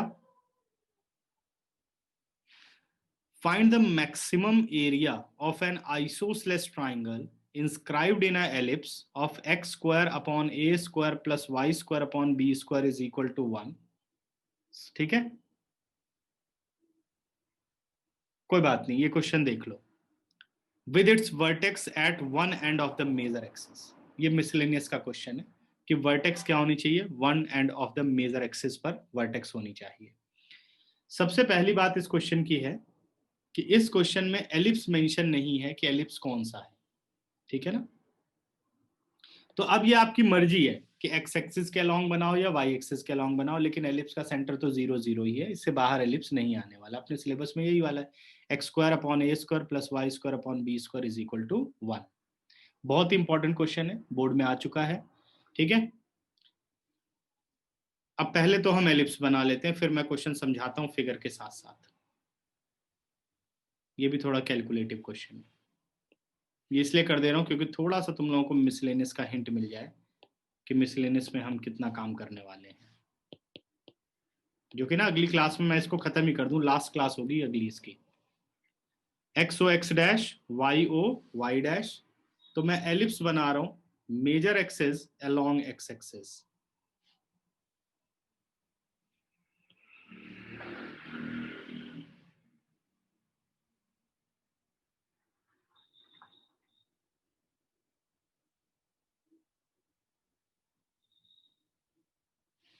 ठीक है, ये बना दिया. अब आप क्वेश्चन की तरफ बढ़ो. क्वेश्चन क्या कह रहे हैं, find the maximum area of an isosceles triangle inscribed in a ellipse x square upon a square plus y square upon b square is equal to 1. ये तो बेटा एलिप्स की हो गई इक्वेशन, यानी x square upon a square plus y square upon b square is equal to 1. ठीक है, ellipse के अब वर्टेक्स क्या बन गए, ये हो गया a0, ये हो गया -a0. इनको वर्टेक्स कहते हैं बट इन्हें एंड पॉइंट कहते हैं, तो इसकी हमें जरूरत नहीं, तो मैं सिर्फ वर्टेक्स को मार्क करूंगा. जिस पे फोकस आता है जिस एक्सिस पर, उसको एलिप्स जहां कट करता है उसे हम वर्टेक्स ऑफ द एलिप्स बोलते हैं या वर्टिसेस ऑफ द एलिप्स बोलते हैं. वाई एक्सिस पे जहां कट करता है उसे वर्टिसेस नहीं बोलते, ध्यान रखना है बात. ठीक है, find the maximum area of an isosceles triangle. Triangle आपको आइसोसेलेस गिवन है with its vertex at one end of the major axis. आपने मेजर एक्सिस एक्स एक्सिस को लिया है, यानी ए बी जो है वो मेजर एक्सिस मेंशन कर रहा है, तो उस ट्राइंगल का एक एंड मेजर एक्सिस पर है, यहां पर है सपोज. ठीक है, तो इस पॉइंट का हमने नाम ले लिया है बी. जब आप एक आइसोसेलेस ट्राइंगल बनाएंगे, आप एक बात पे ध्यान दो कि आइसोसेलेस ट्राइंगल ऐसी बननी चाहिए कि अब बाकी के दोनों वर्टेक्स भी यहीं पर आने चाहिए एलिप्स के सरकमफ्रेंस पर, एलिप्स की आर्क पर. अब ट्राइंगल होगी कैसे, क्या ये एक parallel to the y axis line नहीं बनेगी, क्योंकि अगर ये 90 डिग्री है तो ऑल्टीट्यूड हो गया ये आइसोसेलेस ट्राइंगल का, और ऑल्टीट्यूड पर ही आपका थर्ड वर्टेक्स आता है. ठीक है ना, तो ये आपने आइसोसेलेस ट्राइंगल बना ली, और इस आइसोसेलेस ट्राइंगल का मैंने नाम रख दिया PQB. PQB एक आइसोसेलेस ट्राइंगल हो गई. इसका एरिया आपको मैक्सिमम प्रूफ करना है और वो मैक्सिमम एरिया आपको बताना है. अब एक बात पे ध्यान देना, ये P कहीं पर भी हो सकता है, इधर भी आ सकता है, ये तो हमने रफ फिगर बनाई है. सही है. अब आप एक बात पे ध्यान दो, जो B के कोऑर्डिनेट है वो तो 0 और A 0 है. ठीक है, देखो ट्राइंगल क्या बननी है, आइसोसेलेस. अगर ट्राइंगल का एक वर्टेक्स मेजर एक्सिस पर है यानी बी पर है, तो आप इससे एक लाइन देखो जो जा रही है, वो है BA. BA क्या है, BA is altitude of isosceles triangle. अगर आप किसी भी ट्राइंगल के बेस का बाइसेक्टर खींचते हो, इस बाइसेक्टर पर आप जो मर्जी पॉइंट लो, ये हमेशा आइसोसेलेस ट्राइंगल बनाएगा. तो ज्योमेट्रिकल प्रॉपर्टी होती है ना आइसोसेलेस ट्राइंगल की. ठीक है, तो अगर आप PQ बनाएंगे तो ये वाला जो पॉइंट है, मान लो ये पॉइंट मैं R लेता हूं, तो जो ये R पॉइंट है ये PQ का मिड पॉइंट होगा. तो तभी तो 90 डिग्री बाइसेक्टर जाएगा। अब आप इनको ज्वाइन कर दो, बन गई आइसोसेलेस ट्राइंगल। ट्राइंगल तो आइसोसेलेस बनानी है ना, तो एलिप्स में आइसोसेलेस ऐसे और कोई तरीका नहीं आइसोसेलेस बनने का, अगर आप एक वर्टेक्स इसको यूज कर रहे हो मेजर एक्सिस को तो। ठीक है, अब किसी के दिमाग में आ रहा होगा हम ये भी ले सकते थे, ये वाले एंड भी तो ले सकते थे। ये एंड हम इसलिए नहीं ले सकते क्योंकि ये एंड तो डिफाइंड एंड है, फिक्स है। तब तो आपने ट्राइंगल फिक्स कर दी भाई, बी भी आपको पता है, ए भी पता है, तो आपने तो फिक्स कर दिया। तो आपको एक तो पता है, बाकी आपको नहीं पता। ठीक है, तो सपोज पी के मैंने कोऑर्डिनेट ले लिए एच और के। अगर पी के कोऑर्डिनेट एच और के हैं तो क्यू के क्या होंगे, तो क्यू सीधी मिरर इमेज नहीं है, एच माइनस के। बाकी इसकी वैसे जरूरत नहीं है, बट मैंने समझाने के लिए इसको किया है। ठीक है, अगर मुझे इस ट्राइंगल का एरिया मैक्सिमम करना है, अब देखिए एरिया ऑफ ट्राइंगल, पहले तो मैं ऐसे लिख रहा हूं, area of triangle p b q. P b q की बात करूं तो हाफ बेस यानी पी क्यू इंटू ऑल्टीट्यूड क्या होगा, ऑल्टीट्यूड इज आर बी। अगर आप ध्यान दो तो आर बी और पी क्यू दोनों ही वेरिएबल है। भाई पी कहां आएगा हमें पता नहीं है, उसके अकॉर्डिंग पूरा पी क्यू तैयार होगा, और जहां भी पी क्यू आएगा उसके अकॉर्डिंग आर बी बनेगा। तो ये आपके पास दोनों वेरिएबल हैं पी क्यू और आर बी। और हमेशा इसमें एरिया ऑफ ट्राइंगल वाला फॉर्मूला नहीं डाल देना, हमेशा हाफ बेस इंटू ऑल्टीट्यूड का ही फॉर्मूला लगाना चाहिए। ठीक है, अब इस पे आपको काम करना है कि भाई पी क्यू कैसे निकालोगे और आर बी कैसे निकालोगे। अब ध्यान देना, मैं वेरिएबल लेना शुरू कर रहा हूं। ठीक है बच्चों, अब काफी इंपॉर्टेंट स्टेप है। अगर आप पूरे ओबी की बात करो तो जो आपका पूरा ओबी है वो आपके पास है ए यूनिट। ये बात सबको क्लियर होगी। पी के अलोंग अगर मैं ओ आर की बात करूं तो ओ आर आपका एच यूनिट होगा। ओ आर एच यूनिट होगा या नहीं, इस पॉइंट के अलोंग देखो, कोऑर्डिनेट ज्योमेट्री, ओ आर हो गया एच। और what about P R, P R is के, पी आर अपना के हो गया। अगर पी आर के है तो आर क्यू भी कितना हो गया, के। अब मैं वैल्यू निकालना शुरू कर रहा हूं। अगर हम पी क्यू की वैल्यू निकालें, एक मिनट बच्चों,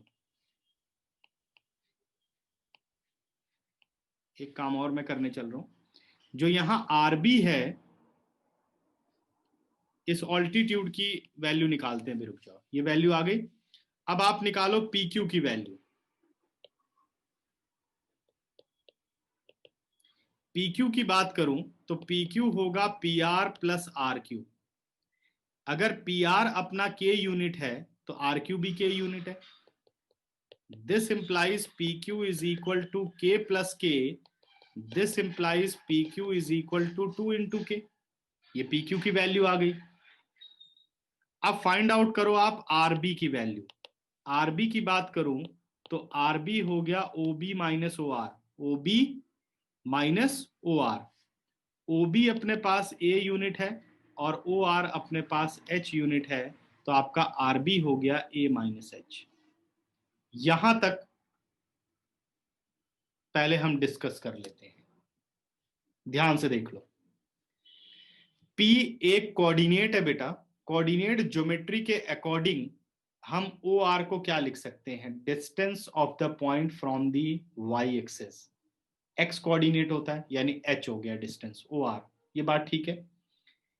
P R is a distance of a coordinate from x axis, जो कि वाई कोऑर्डिनेट होता है यानी के यूनिट हो गया। ओ आर एच हो गया, पी आर के हो गया।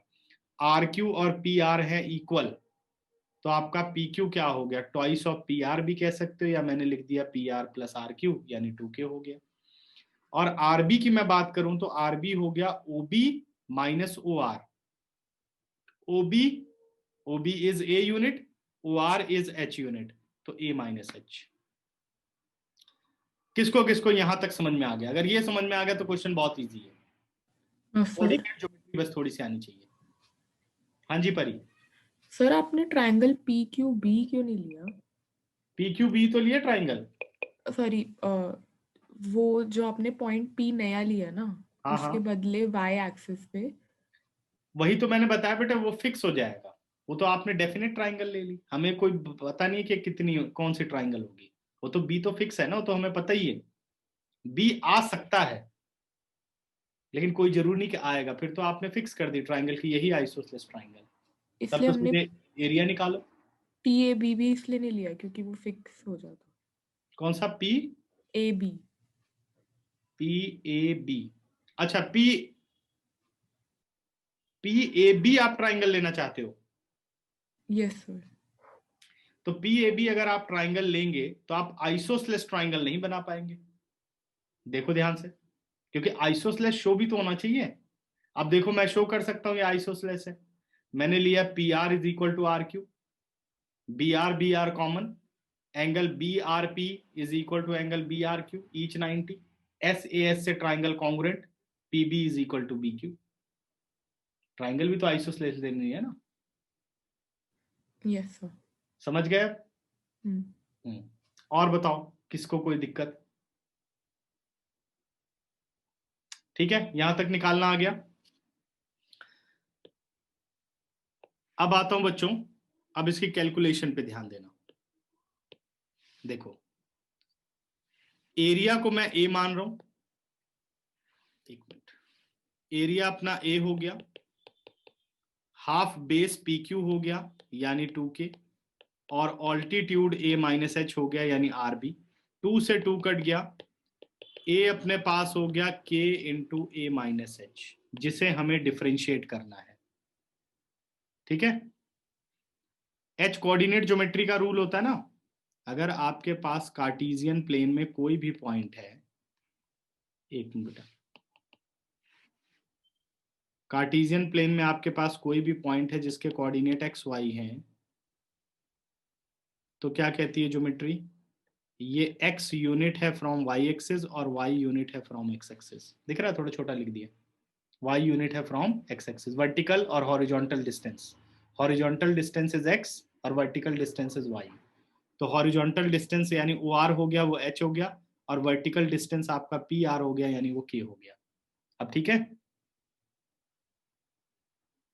समझ गए? ठीक है, तो ये वैल्यू डाल दी। अब समस्या ये है कि k और h दोनों वेरिएबल हैं, भाई p तो फिक्स नहीं है, तो k और h क्या हो गए, दोनों वेरिएबल हो गए, इसे हमें करना होगा विद इन अ वेरिएबल। अब विद इन अ वेरिएबल देखो k और h में कैसे रिलेशनशिप आएगा, because p lie on the ellipse therefore satisfy the equation of the ellipse. ठीक है, because p h k lies on x square upon a square plus y square upon b square is equal to 1, therefore this coordinate satisfy the equation, जो कि आ गया h square upon a square plus k square upon b square is equal to 1। h और k में relationship आ गया। अब किसे बदलना ठीक रहेगा, k को बदलना ठीक रहेगा, तो k को कन्वर्ट कर लेते हैं। This implies k square upon b square is equal to k square upon b square is equal to 1 minus h square upon a square। This implies k square जब एलसीएम ले लिया तो b square upon a square ये आ गया a square minus h square। This implies k is equal to root of that value यानी b by a root a square minus h square। Relation number 2। अब पहले यहां तक एक बार नजर डालो, सभी यहां तक तो समझ गए थे, अब वैल्यू हमने फाइंड आउट कर ली है, करेक्ट है? यहां तक समझ गए सभी? अब बच्चों k को रिप्लेस कर दो, किसमें, अपने एक्सप्रेशन 1 में, तो a आ गया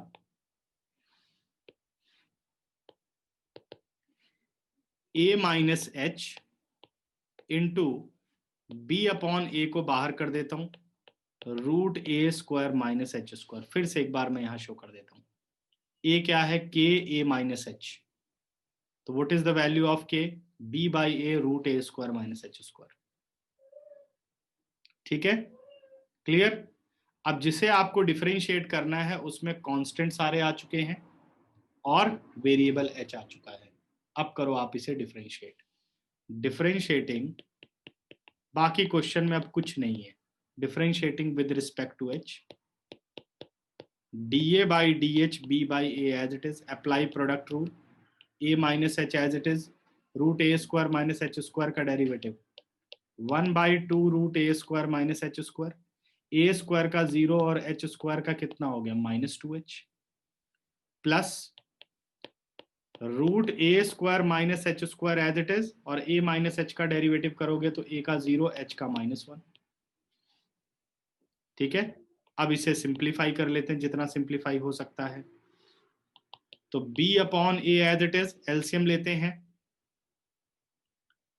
तो ये अपने पास आ गया -ah प्लस एच स्क्वायर. एक मिनट बच्चों, ये वाला माइनस आगे शिफ्ट हो जाएगा और रूट से रूट मल्टीप्लाई होकर के क्या हो गया, रूट हट गया.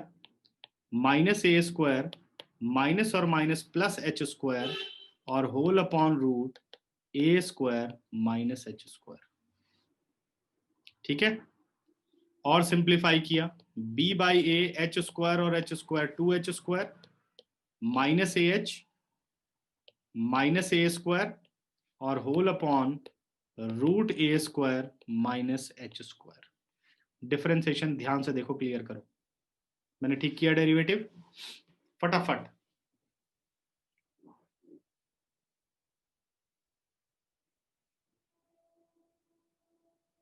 कोई डाउट बेटा किसी को डेरिवेटिव में?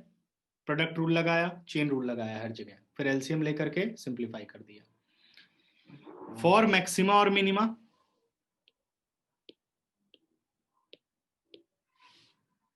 फॉर मैक्सिमा और मिनिमा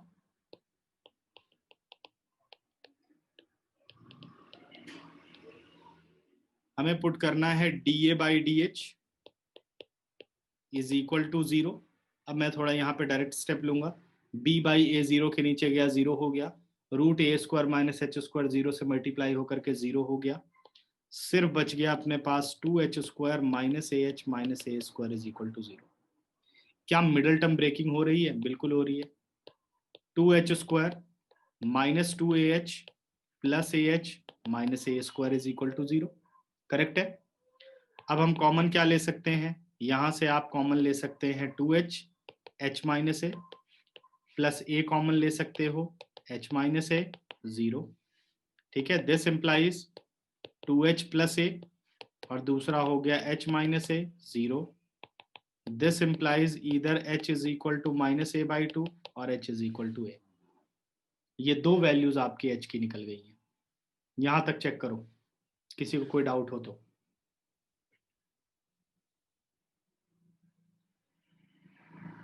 अब क्या दोनों काम करेंगी या एक नेग्लेक्ट होगा? ये रहा बेटा, 2a स्क्वायर को 2h स्क्वायर से मल्टीप्लाई किया तो क्या बन गया, 2a square h square 2ah plus ah minus ah multiply करो 2a square h square, middle term break. ठीक है, समझ गए यहां तक? अब आप एक बात पे ध्यान दो कि अगर a को h को आप a लेते हो तो what is the area? Area 0 हो गया आपका, a माइनस ए 0. ठीक है, तो यहां इसको यहीं पे नेग्लेक्ट कर दोगे. ठीक है, if h is equal to a then a is equal to 0, therefore h is not equal to a. हम इसका इस्तेमाल नहीं करेंगे. ध्यान दो इधर, ये रहा आपका area b by A minus H A square minus h square. h को a को डाल दिया 0, h को डाल दिया a माइनस ए 0. तो मैक्सिमम कहाँ हुआ एरिया? एरिया तो मैक्सिमम करना है, तो इसलिए ये कंडीशन हो जाएगी आपकी फॉल्स. ठीक है, and this implies h is equal to minus a by 2. ये आपके पास वैल्यू आ गई. अब करो आप डबल डेरिवेटिव, तो अपना dA बाई dH कितना था? dA बाई dH था b अपॉन ए. ठीक है, डिफरेंशिएशन थोड़ी इसकी बड़ी है. b upon a 2h square minus a h minus a square upon root a square minus h square.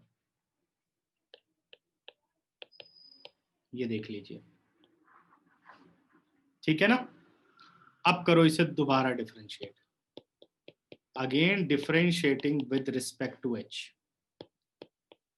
d2a by dh2 b by a as it is, root a square minus h square as it is, क्या लगा रहे हैं, question rule. Derivative of numerator ये हो गया बेटा 4h minus a h का a और a स्क्वायर का हो गया 0, ठीक है, माइनस, अब न्यूमरेटर एज इट इज यानी 2h square minus a h minus a square, derivative of denominator 1/2 root a square minus h square और a square minus h square का minus 2h upon denominator whole square.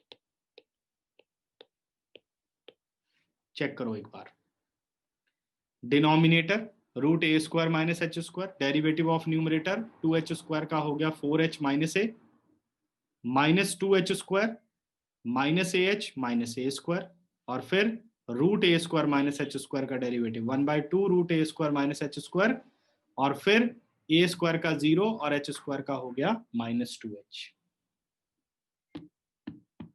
ठीक है। अब calculation यहां कोई मुश्किल नहीं होने वाली, मैंने बताया था सेकंड वाले को सॉल्व करने की कोई जरूरत नहीं है, वो अपने आप 0 हो जाएगा, क्योंकि उसी को रख करके तो आपने ये 0 निकाला था, इसी को 0 रख करके आपने एक ही वैल्यू निकाली है ना।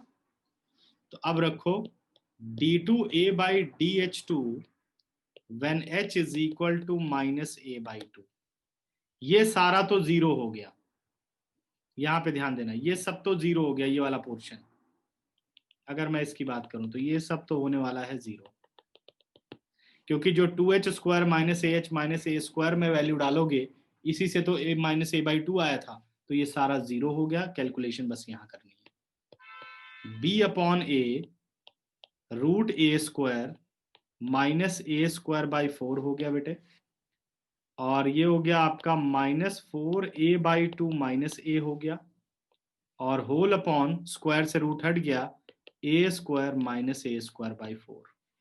देखते जाओ कैलकुलेशन, अब b upon a as it is 4a square minus a square root 3a square by 4, ठीक है, और यहां एलसीएम लिया तो 2 2 the 4 minus 2a minus a minus 3a, और यहां पे अपने पास आ गया 4a square minus a square 3a square by 4, और थोड़ा सिंप्लीफाई कर लेते हैं, b बाई ए ये बन गया बेटे माइनस 3 रूट 3, रूट से बाहर आया a square into a square,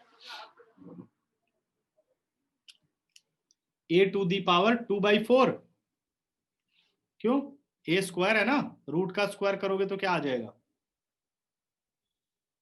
root हट जाएगा। देखते हैं अभी, आप ढूंढते रहो और समस्या, और नीचे अपने पास आ गया 2 और whole upon 3a square by 4, देखो ए स्क्वायर से ए स्क्वायर कट गया, 3 से 3 कट गया, 4 ऊपर चला गया, 2 2 जा 4, यानी आंसर अपने पास आ गया b upon a minus 2 root 3, यानी minus 2b upon a root 3, because d2a by dh2 at h is equal to minus a by 2 is less than 0, therefore area is maximum। अगर आप ध्यान दो तो बस ये कैलकुलेशन का क्वेश्चन है, इसके बाद सेकंड डेरिवेटिव वैल्यू डालना है, इसकी कैलकुलेशन ध्यान से घर पे देखना, कोई दिक्कत आए तो बताना। तो हमने मैक्सिमम कर दिया प्रूफ, जब ये मैक्सिमम प्रूफ हो गया अब हमें क्या काम करना है, वो मैक्सिमम एरिया बताना है। आप देखो एरिया पूरा ही एच में कन्वर्टेड है, अगर ध्यान दो बच्चे, तो एरिया यहां पर एच में हम ऑलरेडी पूरा कन्वर्ट कर चुके हैं, ये देखो,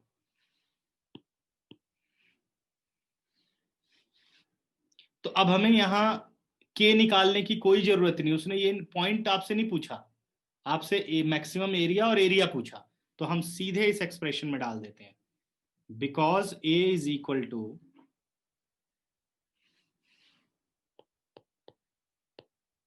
because area is equal to b by a minus h, root a square minus h square. And what is h? Minus a by 2.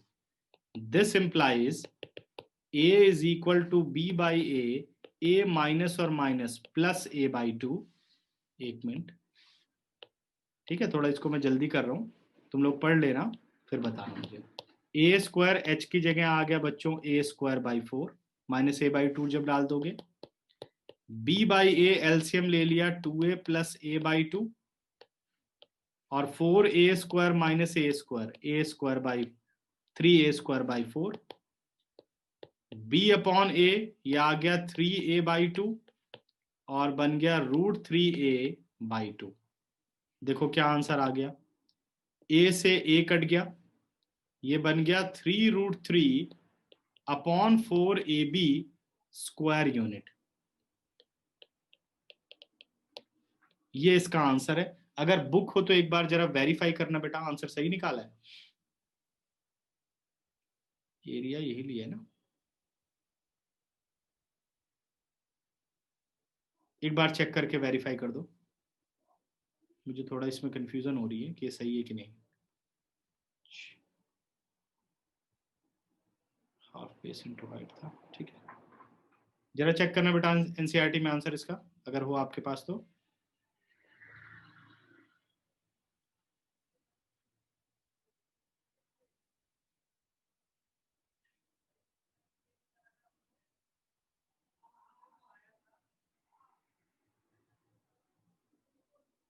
हाँ, लगता है कोई एनसीईआरटी लेके नहीं बैठा.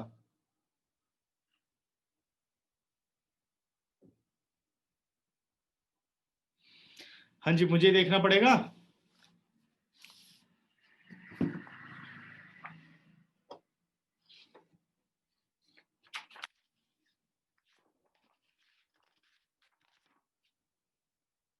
Miscellaneous chapter 6.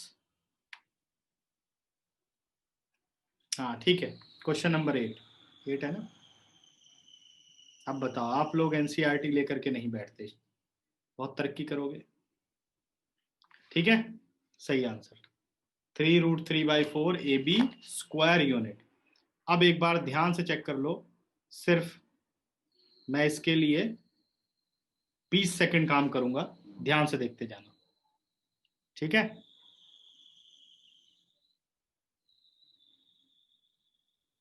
और ये क्वेश्चन समझ जाओगे तो एग्जाम्पलर का क्वेश्चन भी आप लोग कर पाएंगे. Rectangle, maximum rectangle, rectangle inscribed in ellipse with maximum area. देखते जाओ, ये सब तो डिटेल में डिस्कस हो चुका है.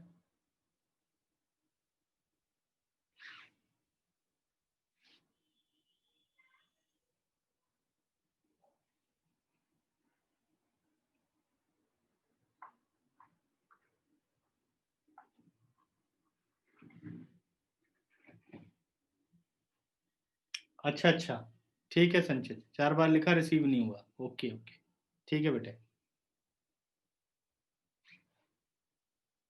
अभी इसकी पीडीएफ भेजूंगा और ध्यान से पढ़ना. बाकी मुझे नहीं लगता कि अब समस्या आनी चाहिए.